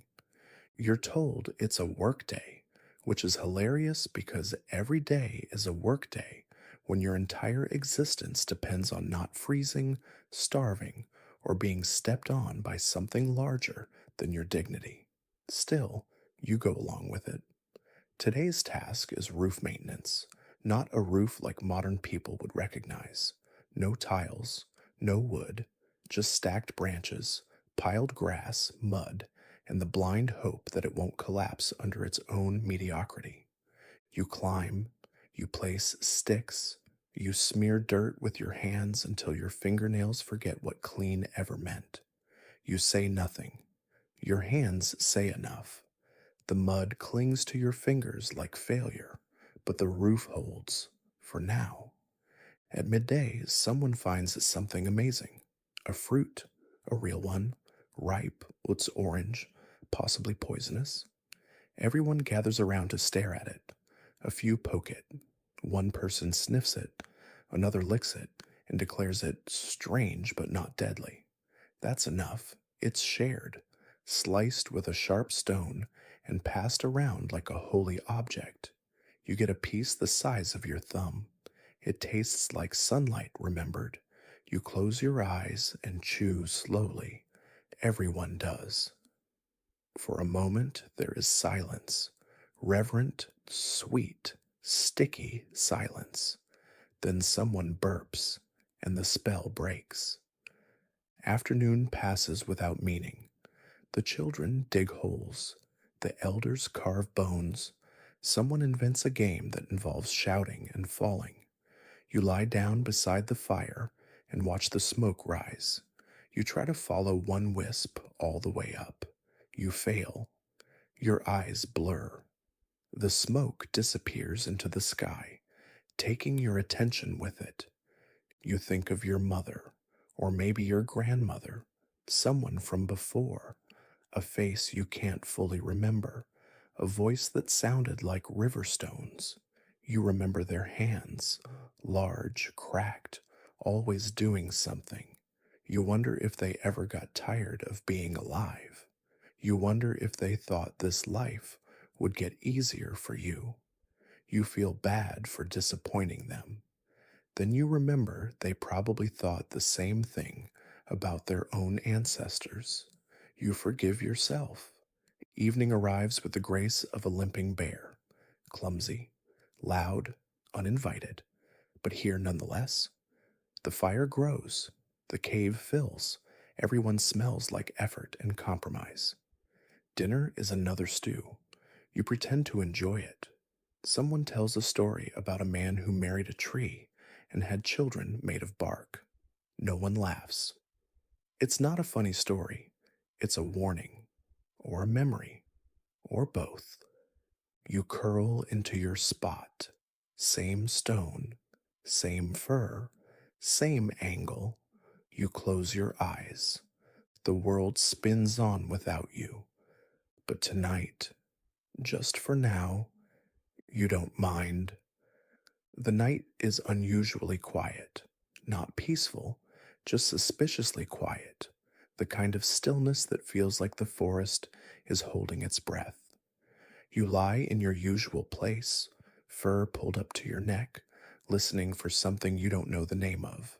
No birds, no wind. Even the fire crackles softly, as if trying not to draw attention. Beside you, someone shifts in their sleep. A soft grunt, a sigh. A foot slaps against the stone floor like it's tired of being ignored. You stare at the ceiling, watching the shapes the fire makes on the damp cave rock. They look like ghosts with poor posture. You blink slowly. One of the shapes seems to wave. You wave back. Might as well be polite. You can't sleep yet. Your body is willing, but your thoughts have their own plans. They wander, backward, into days you don't miss but remember anyway. You think about the first time you saw fire, not the one in the cave, the real one, the sky fire, lightning. It struck a tree on the ridge. You were small. The tree exploded. The smell, that sweet, bitter sting of new ash and burned bark, has never left your nose. You watched it burn for hours, your fingers wrapped around your mother's hand like she could explain it. She didn't. She just said, "That's what the gods eat when they're angry." You nodded. You didn't understand, but it felt like a real answer. Sometimes that's all you need. You turn onto your side. The fur is damp in a new spot. You consider finding a drier patch, but decide against it. That would require effort, and warmth, and hope. You've used your daily ration of all three. You stare at someone's back.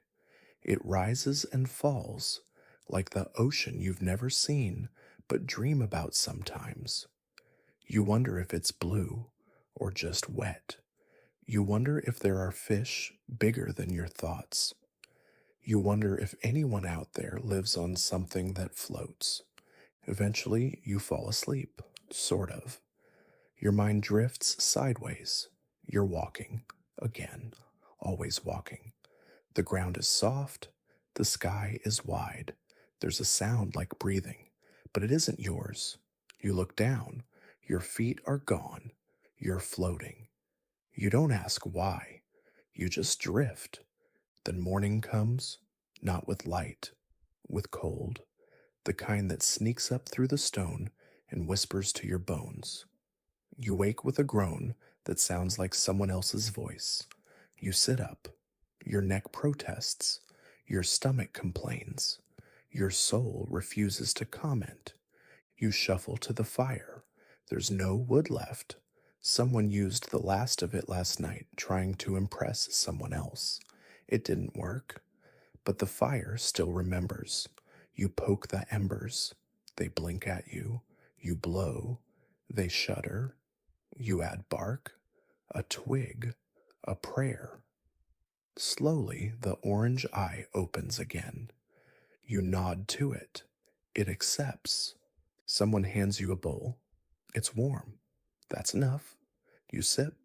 Root soup with a floating mystery, probably a beetle, possibly a bean. You close your eyes and drink. The heat fills your mouth, your throat, your ribs. You sigh. Not with happiness, with relief, like your insides stopped clenching just for a moment. Outside, the world begins to rustle again. Birds argue in the trees.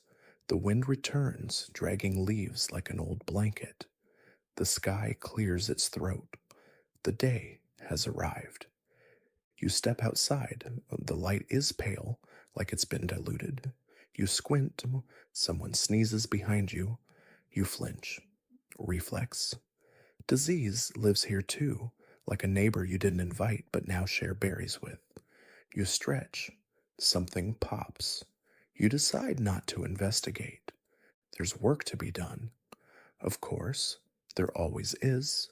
A new section of roof to patch, a cracked bowl to mend, a child who insists on inventing weapons with no purpose. You choose the roof.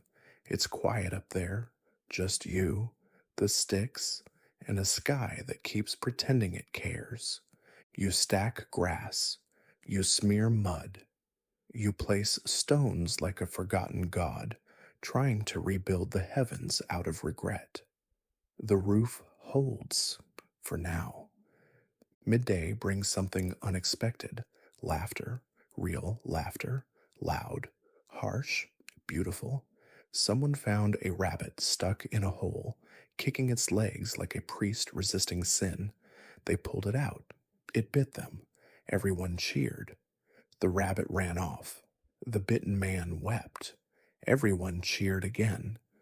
You eat a handful of nuts, stale, possibly cursed, still better than yesterday's soup. Someone offers you dried meat. You take it. It tastes like sorrow and sandalwood. You thank them. They smile with 6 teeth. Later, someone paints a handprint on the cave wall. Red, thick, it's defiant. You stand beside them and press your palm in the pigment. You leave your mark too. It's not about art. It's not even about memory. It's about saying, I was here. I touched this stone. I mattered for one breath. The night returns. Of course it does. It always does. The fire is lit again. The cave fills again. You lie down again. You pull the fur over your shoulder. You stare at the ceiling, same as always. But this time, you smile because you survived one more day. The wind outside has changed again. It no longer whistles. It hums, long, low, like the earth itself is trying to remember a song it used to know. You lie beneath your fur, head on a pillow that used to be an animal, heart somewhere between awake and not. The fire has burned down to its bones again. Just a soft red glow, breathing slowly with you. Beside you, someone talks in their sleep. Something about a cave with no end, or maybe a rock that spoke. You wonder what your dreams sound like to other people. Probably soup. The night is full, not with sound, but with weight. A heaviness that presses down on the cave like the ceiling is made of fog and secrets. You stare at it, watching droplets form in the cracks above. One falls, then another. Not on you, not tonight. The cave has chosen someone else as its victim. You feel grateful in the pettiest possible way. The child near the fire begins to cry, not loudly, not the kind that tears the silence open, just a soft, rhythmic sobbing, like their sadness has been practicing. You wait. Someone will go, they always do, and someone does. A quiet shuffle, a sigh, a lullaby whispered into a child's shoulder. Not words, just sound, comfort without meaning. Sometimes that's better. You fall asleep again. This time faster. This time without bargaining. You drift into a place where time walks barefoot and dreams taste like berries. In this sleep, you see fireflies. You've never seen fireflies. Not really. But you've heard the words, and your mind fills in the rest. Little sparks with wings, little hopes that blink. You chase them, you never catch them. That feels correct. Then the morning drags you back. Not pulls, not wakes, doctoral degrees, like you're a log being rolled uphill by a lazy god. You open your eyes. The cave looks the same. It always does, like it's trying to pretend it wasn't watching you. You sit up. You don't say good morning. No one does. That would require energy and affection. You grunt. Someone grunts back. This is love, or close enough. Today is cleaning day. Not because it's planned, because the smell finally formed a shape and threatened to stay. You get up. You carry out the scraps, bones, fur, the remains of a meal no one remembers eating. You throw it downwind. The wind, as always, changes direction to make sure you still smell it. You nod. Fair enough. Someone has discovered a new cave fungus. They're excited. They insist it's safe. You remind them they said that last time, and the vomiting lasted 3 days. They shrug. That's science here. Trial, error, hallucination. You eat something from a bowl that looks like it died twice. It's soft. It's wet. It's technically food. You chew slowly, not because you're enjoying it, but because your mouth needs the warning. Outside, the world is trying its best. The trees look greener than yesterday, or maybe your eyes are dirtier. The sky is cloudy again, but the good kind of cloudy. The kind that doesn't scream, just sulks. You walk to the edge of the stream. It's lower than usual. You see fish, little ones, darting like secrets. You try to catch one. You don't. You pretend you weren't trying. You squat and let the water run over your hands until they forget they're tired. Someone throws a rock into the water. It splashes. You glare. They smile. You let it go. You've already reached your daily conflict quota. The group is gathering roots again. You're invited, so you go. You don't enjoy it, as no one does. It's bending, digging, pulling, eating dirt with your fingernails. But you do it because it keeps you upright. And you like upright? Someone finds a strange leaf, wide, shiny. They ask if it's poison. You tell them to ask the dog. The dog eats it. The dog walks away. That's a good sign. Or a very bad one. You take a leaf anyway. You're not planning to eat it. You just like the way it feels. Smooth, cool, confused. By late afternoon, the cave smells slightly less like rot. That's a win. The fire is strong again. Everyone sits around it, chewing, thinking, not speaking unless it's necessary. Someone hums the same song from the other night. It sounds different now, less hopeful, more hollow, still beautiful. The elder draws something in the dirt with a stick, circles, lines, maybe a map, maybe a memory, maybe he's just bored. You lean closer. It looks like a story, but one you haven't heard yet. You ask what it means. He shrugs. Wind. You nod. Of course. The child with the moss in their hair starts dancing. No rhythm, no plan, just limbs and laughter. Everyone watches. No one joins. That would ruin it. The dance ends with a fall, a bruise, a laugh, a moment worth keeping. You lie down early again. Your spot feels familiar now, less like a place to rest, more like a sentence you've finally memorized. You stare at the fire until your eyelids forget their job, and as the dark pulls you in, you think, maybe tomorrow will be the same, maybe it won't, but either way, you'll be there, still stubborn, still human, still enough. You wake to your own breath, not because it's loud, because it's real, heavy, present, hanging in the cold air like steam from a forgotten pot. The cave hasn't changed, so it never does. Same stone, same smell, same sound of someone chewing before they've fully opened their eyes. You lie still for a while, watching a crack in the ceiling. It's grown, or maybe you shrank. Either way, it feels like something is always moving, even when everything stands still. Someone passes by.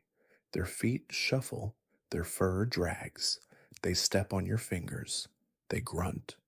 You grunt back. Apology accepted.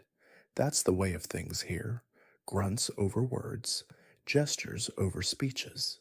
Understanding born not from conversation, but from coexisting in a space too small to lie in without touching someone's knee. The fire's gone out again. No one wants to admit who forgot. The smoke lingers, though, low and thick, like the air has secrets it doesn't want to share. You cough softly, like someone trying not to bother their own lungs. Someone else sneezes, and half the cave jumps. A child declares it was a curse. The elder rolls over and says if it was a curse, they hope it works quickly. Everyone laughs. It's not a happy laugh, but it's close enough. Outside, the world is cold, not sharp cold, just indifferent cold, the kind that seeps, that waits, that doesn't care how many layers of fur you pile on. You walk to the stream, wash your face with water that bites. Your skin thanks you by stinging. You see your reflection, vague, blurry, the shape of someone who's lived too long in stories no one wrote down. There's hunting today, not by you. You stay behind. Your knees asked you not to, and you listened. The hunters leave with spears and excitement and the fragile hope of meat. You stay with the fire and the children and the ones who know better than to chase things that don't want to be caught. A girl is drawing on the cave wall again, not animals this time, just lines, good overlapping, messy. You ask what it is. She says it's a map of the sounds she heard last night. You nod like that makes perfect sense. Maybe it does. Maybe it's genius. Maybe it's boredom. Either way, she's made something that didn't exist yesterday. That counts for something. The stew simmers again. Still the same pot. Still the same smell. Still the same suspicious bubbles. You stir it, slowly. Like maybe, if you stir long enough, it'll turn into something else. It doesn't. But you stir anyway.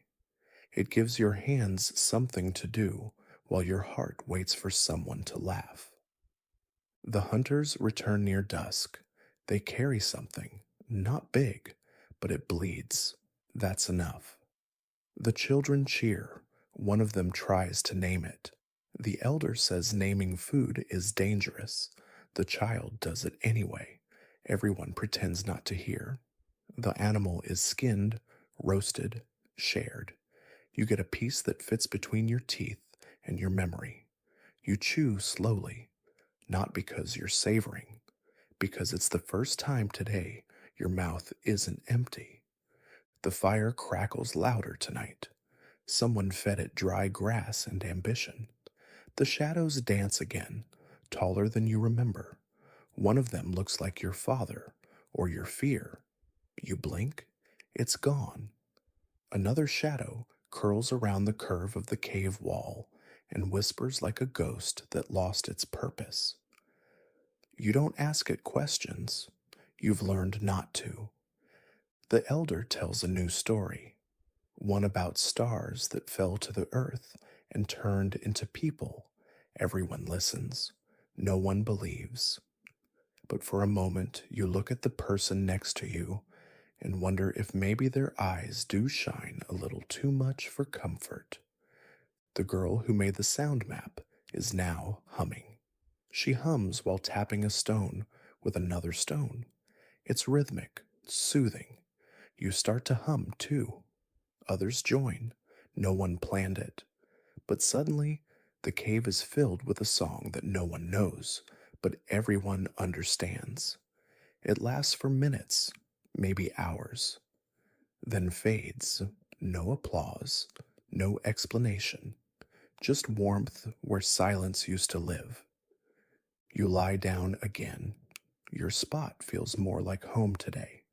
Or maybe you've just given up trying to fight the shape of the rock beneath your spine. The fur smells better, or you smell worse. Either way, it works. You close your eyes.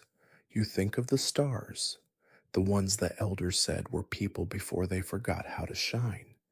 You wonder if someday someone will say the same about you.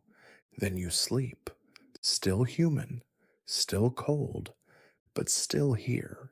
It rains during the night. Not hard, just long. A steady tapping that becomes part of your dreams until you're not sure whether the sound is outside or inside your head. You lie still, awake now, listening to it hit the stones outside the cave, the trees, the remains of yesterday's bones. The roof above you leaks, of course. It always leaks, not where you sleep, but close enough to threaten.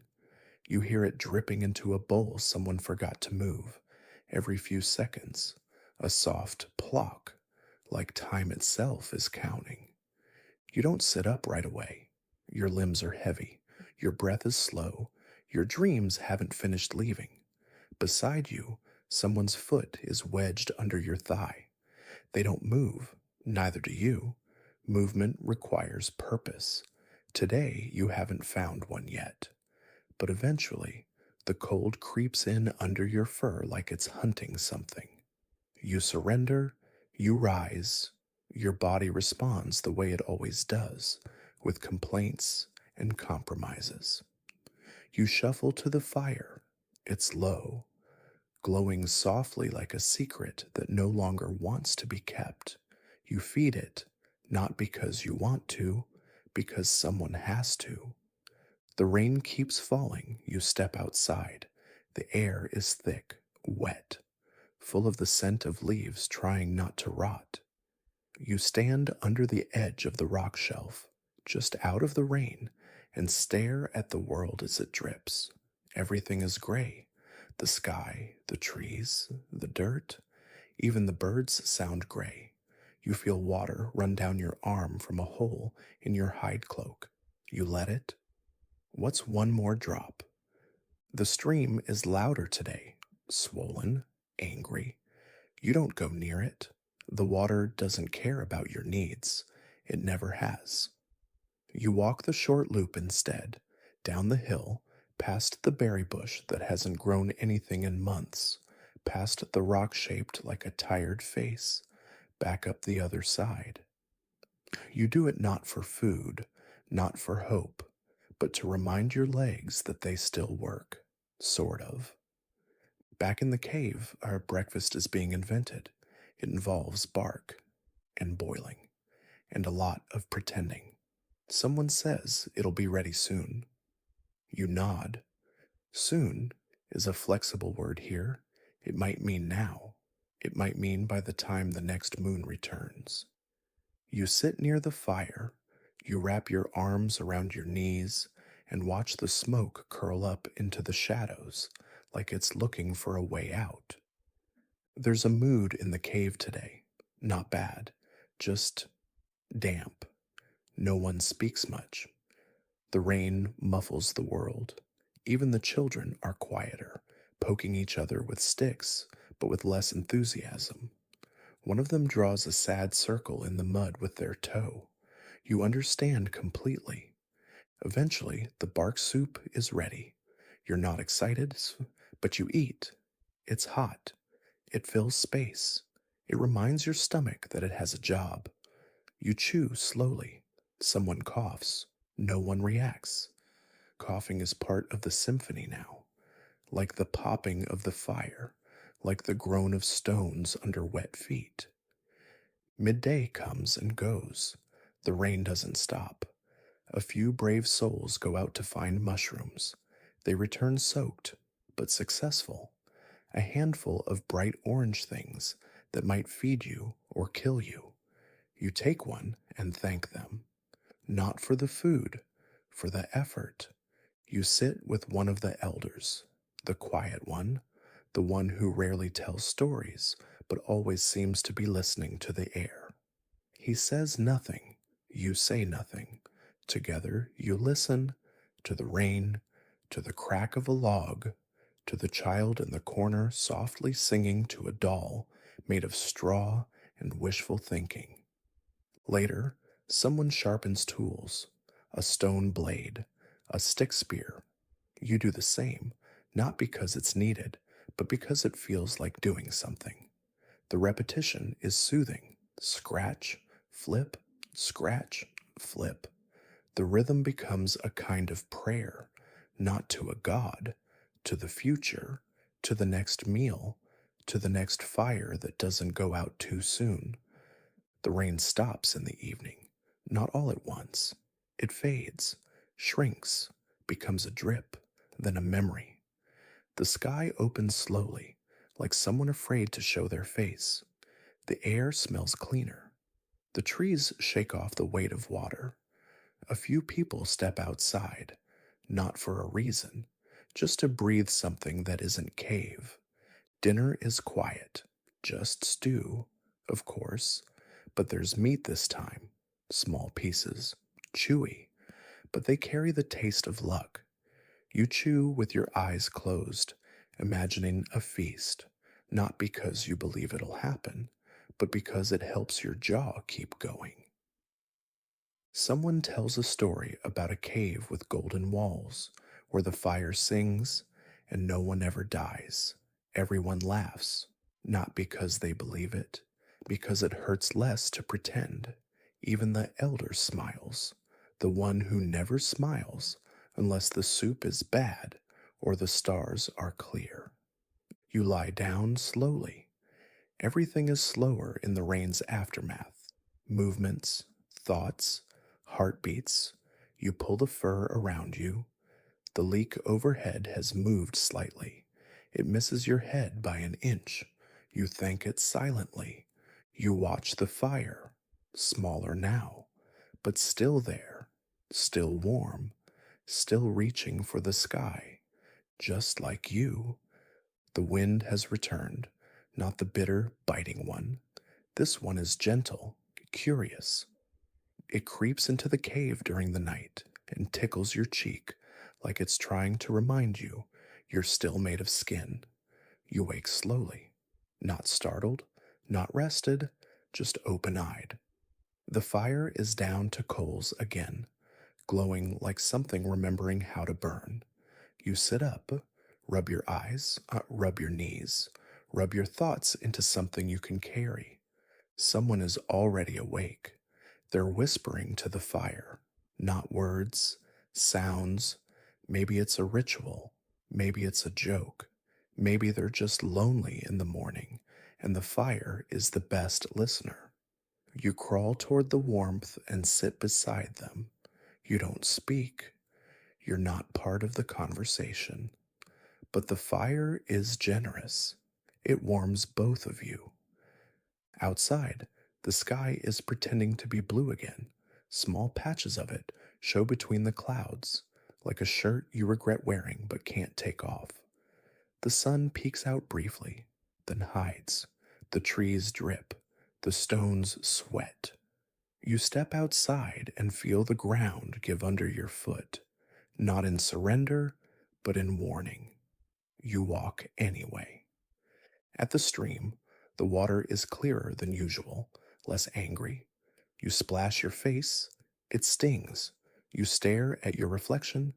Today, your eyes look older. Your mouth looks tired. You stick out your tongue at yourself. That helps. A little. Someone's singing back at the cave. You can hear it. A rough tune. A song about an animal that stole the moon and got caught by its own shadow. You've heard it before. You never remember how it ends. You don't think anyone does. That's not the point of the song. You return with damp hair and cold fingers. The group is stirring. One person is gnawing bark like it owes them something. Another is trying to convince a child that worms are a source of strength. The child isn't buying it. They spit. The adult shrugs. You admire both of them. There's a plan today, or something close to a plan. A few are going to the ridge to look for signs of animals, of storms, of anything that can't be explained by shrugging. You go with them, not because you're needed, because you want to see the ridge again. The view is terrible, but the wind is different there. You like different. You climb, slowly. Every step feels like a deal you didn't mean to agree to. The ridge is higher than you remember, the stones less polite. But you make it, and you stand, and you look. The valley stretches below like a sleeping creature. The trees move, the clouds crawl. You feel small, not in a bad way, in the honest way. You sit, you let your knees complain, you let the sky press against your face. The others talk. They see tracks. They argue. One says deer. One says something with claws. You say nothing. You just watch the wind carry someone's hair like it's trying to steal it. You smile. No one sees it. You don't mind. The walk back is easier. Gravity is helpful like that. You slip once, catch yourself, laugh. A real laugh. The others look. You pretend you didn't do it, but they heard. You know they did. It's fine. They won't mention it. That's our law. Back at the cave, lunch is prepared. The stew has improved. Slightly. Someone added something spicy, or maybe they just dropped a rock in it by accident. Either way, it has flavor. You eat slowly. The heat hits the back of your throat like a reminder. You cough. You laugh. You cry. All three happen at once.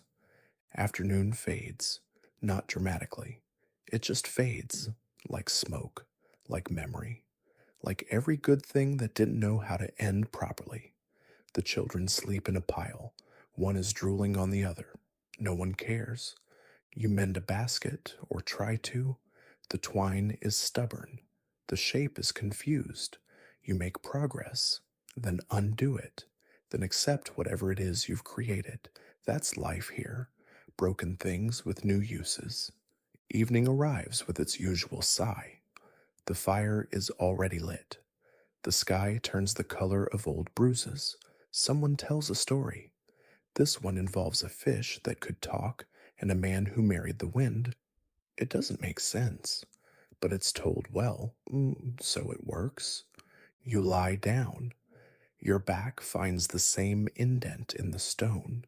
You pull the fur over your chest. It smells like comfort or surrender. Your eyes close, and in the final moment before sleep, you think, this is not a great life, but it is a life, and you are still in it. The fire is low, so low now that even the shadows have stopped dancing. They sit still, like tired ghosts who forgot what they were haunting. The cave is quiet, truly quiet. No coughing, no chewing, no dreams leaking out of sleeping mouths. Just the sound of the wind outside, slipping over the rocks like it's trying not to wake anyone. You lie on your side, eyes half open, watching the last curl of smoke rise into the dark, like it has somewhere more important to be. You're not asleep, not awake, just floating between the two, like a leaf on a stream that isn't in a hurry. Your fingers twitch once beneath the fur. Your body feels heavy in the good way, the kind of heavy that says, you've done enough, not everything, never everything, but enough for now. The others around you sleep in strange shapes, knees pressed to ribs, arms over faces, spines curled like old question marks. You know each of them by their breathing. One whistles, one growls, one sounds like they're trying not to cry, but gave up halfway through the night. You roll onto your back, slowly. The ceiling above is familiar now.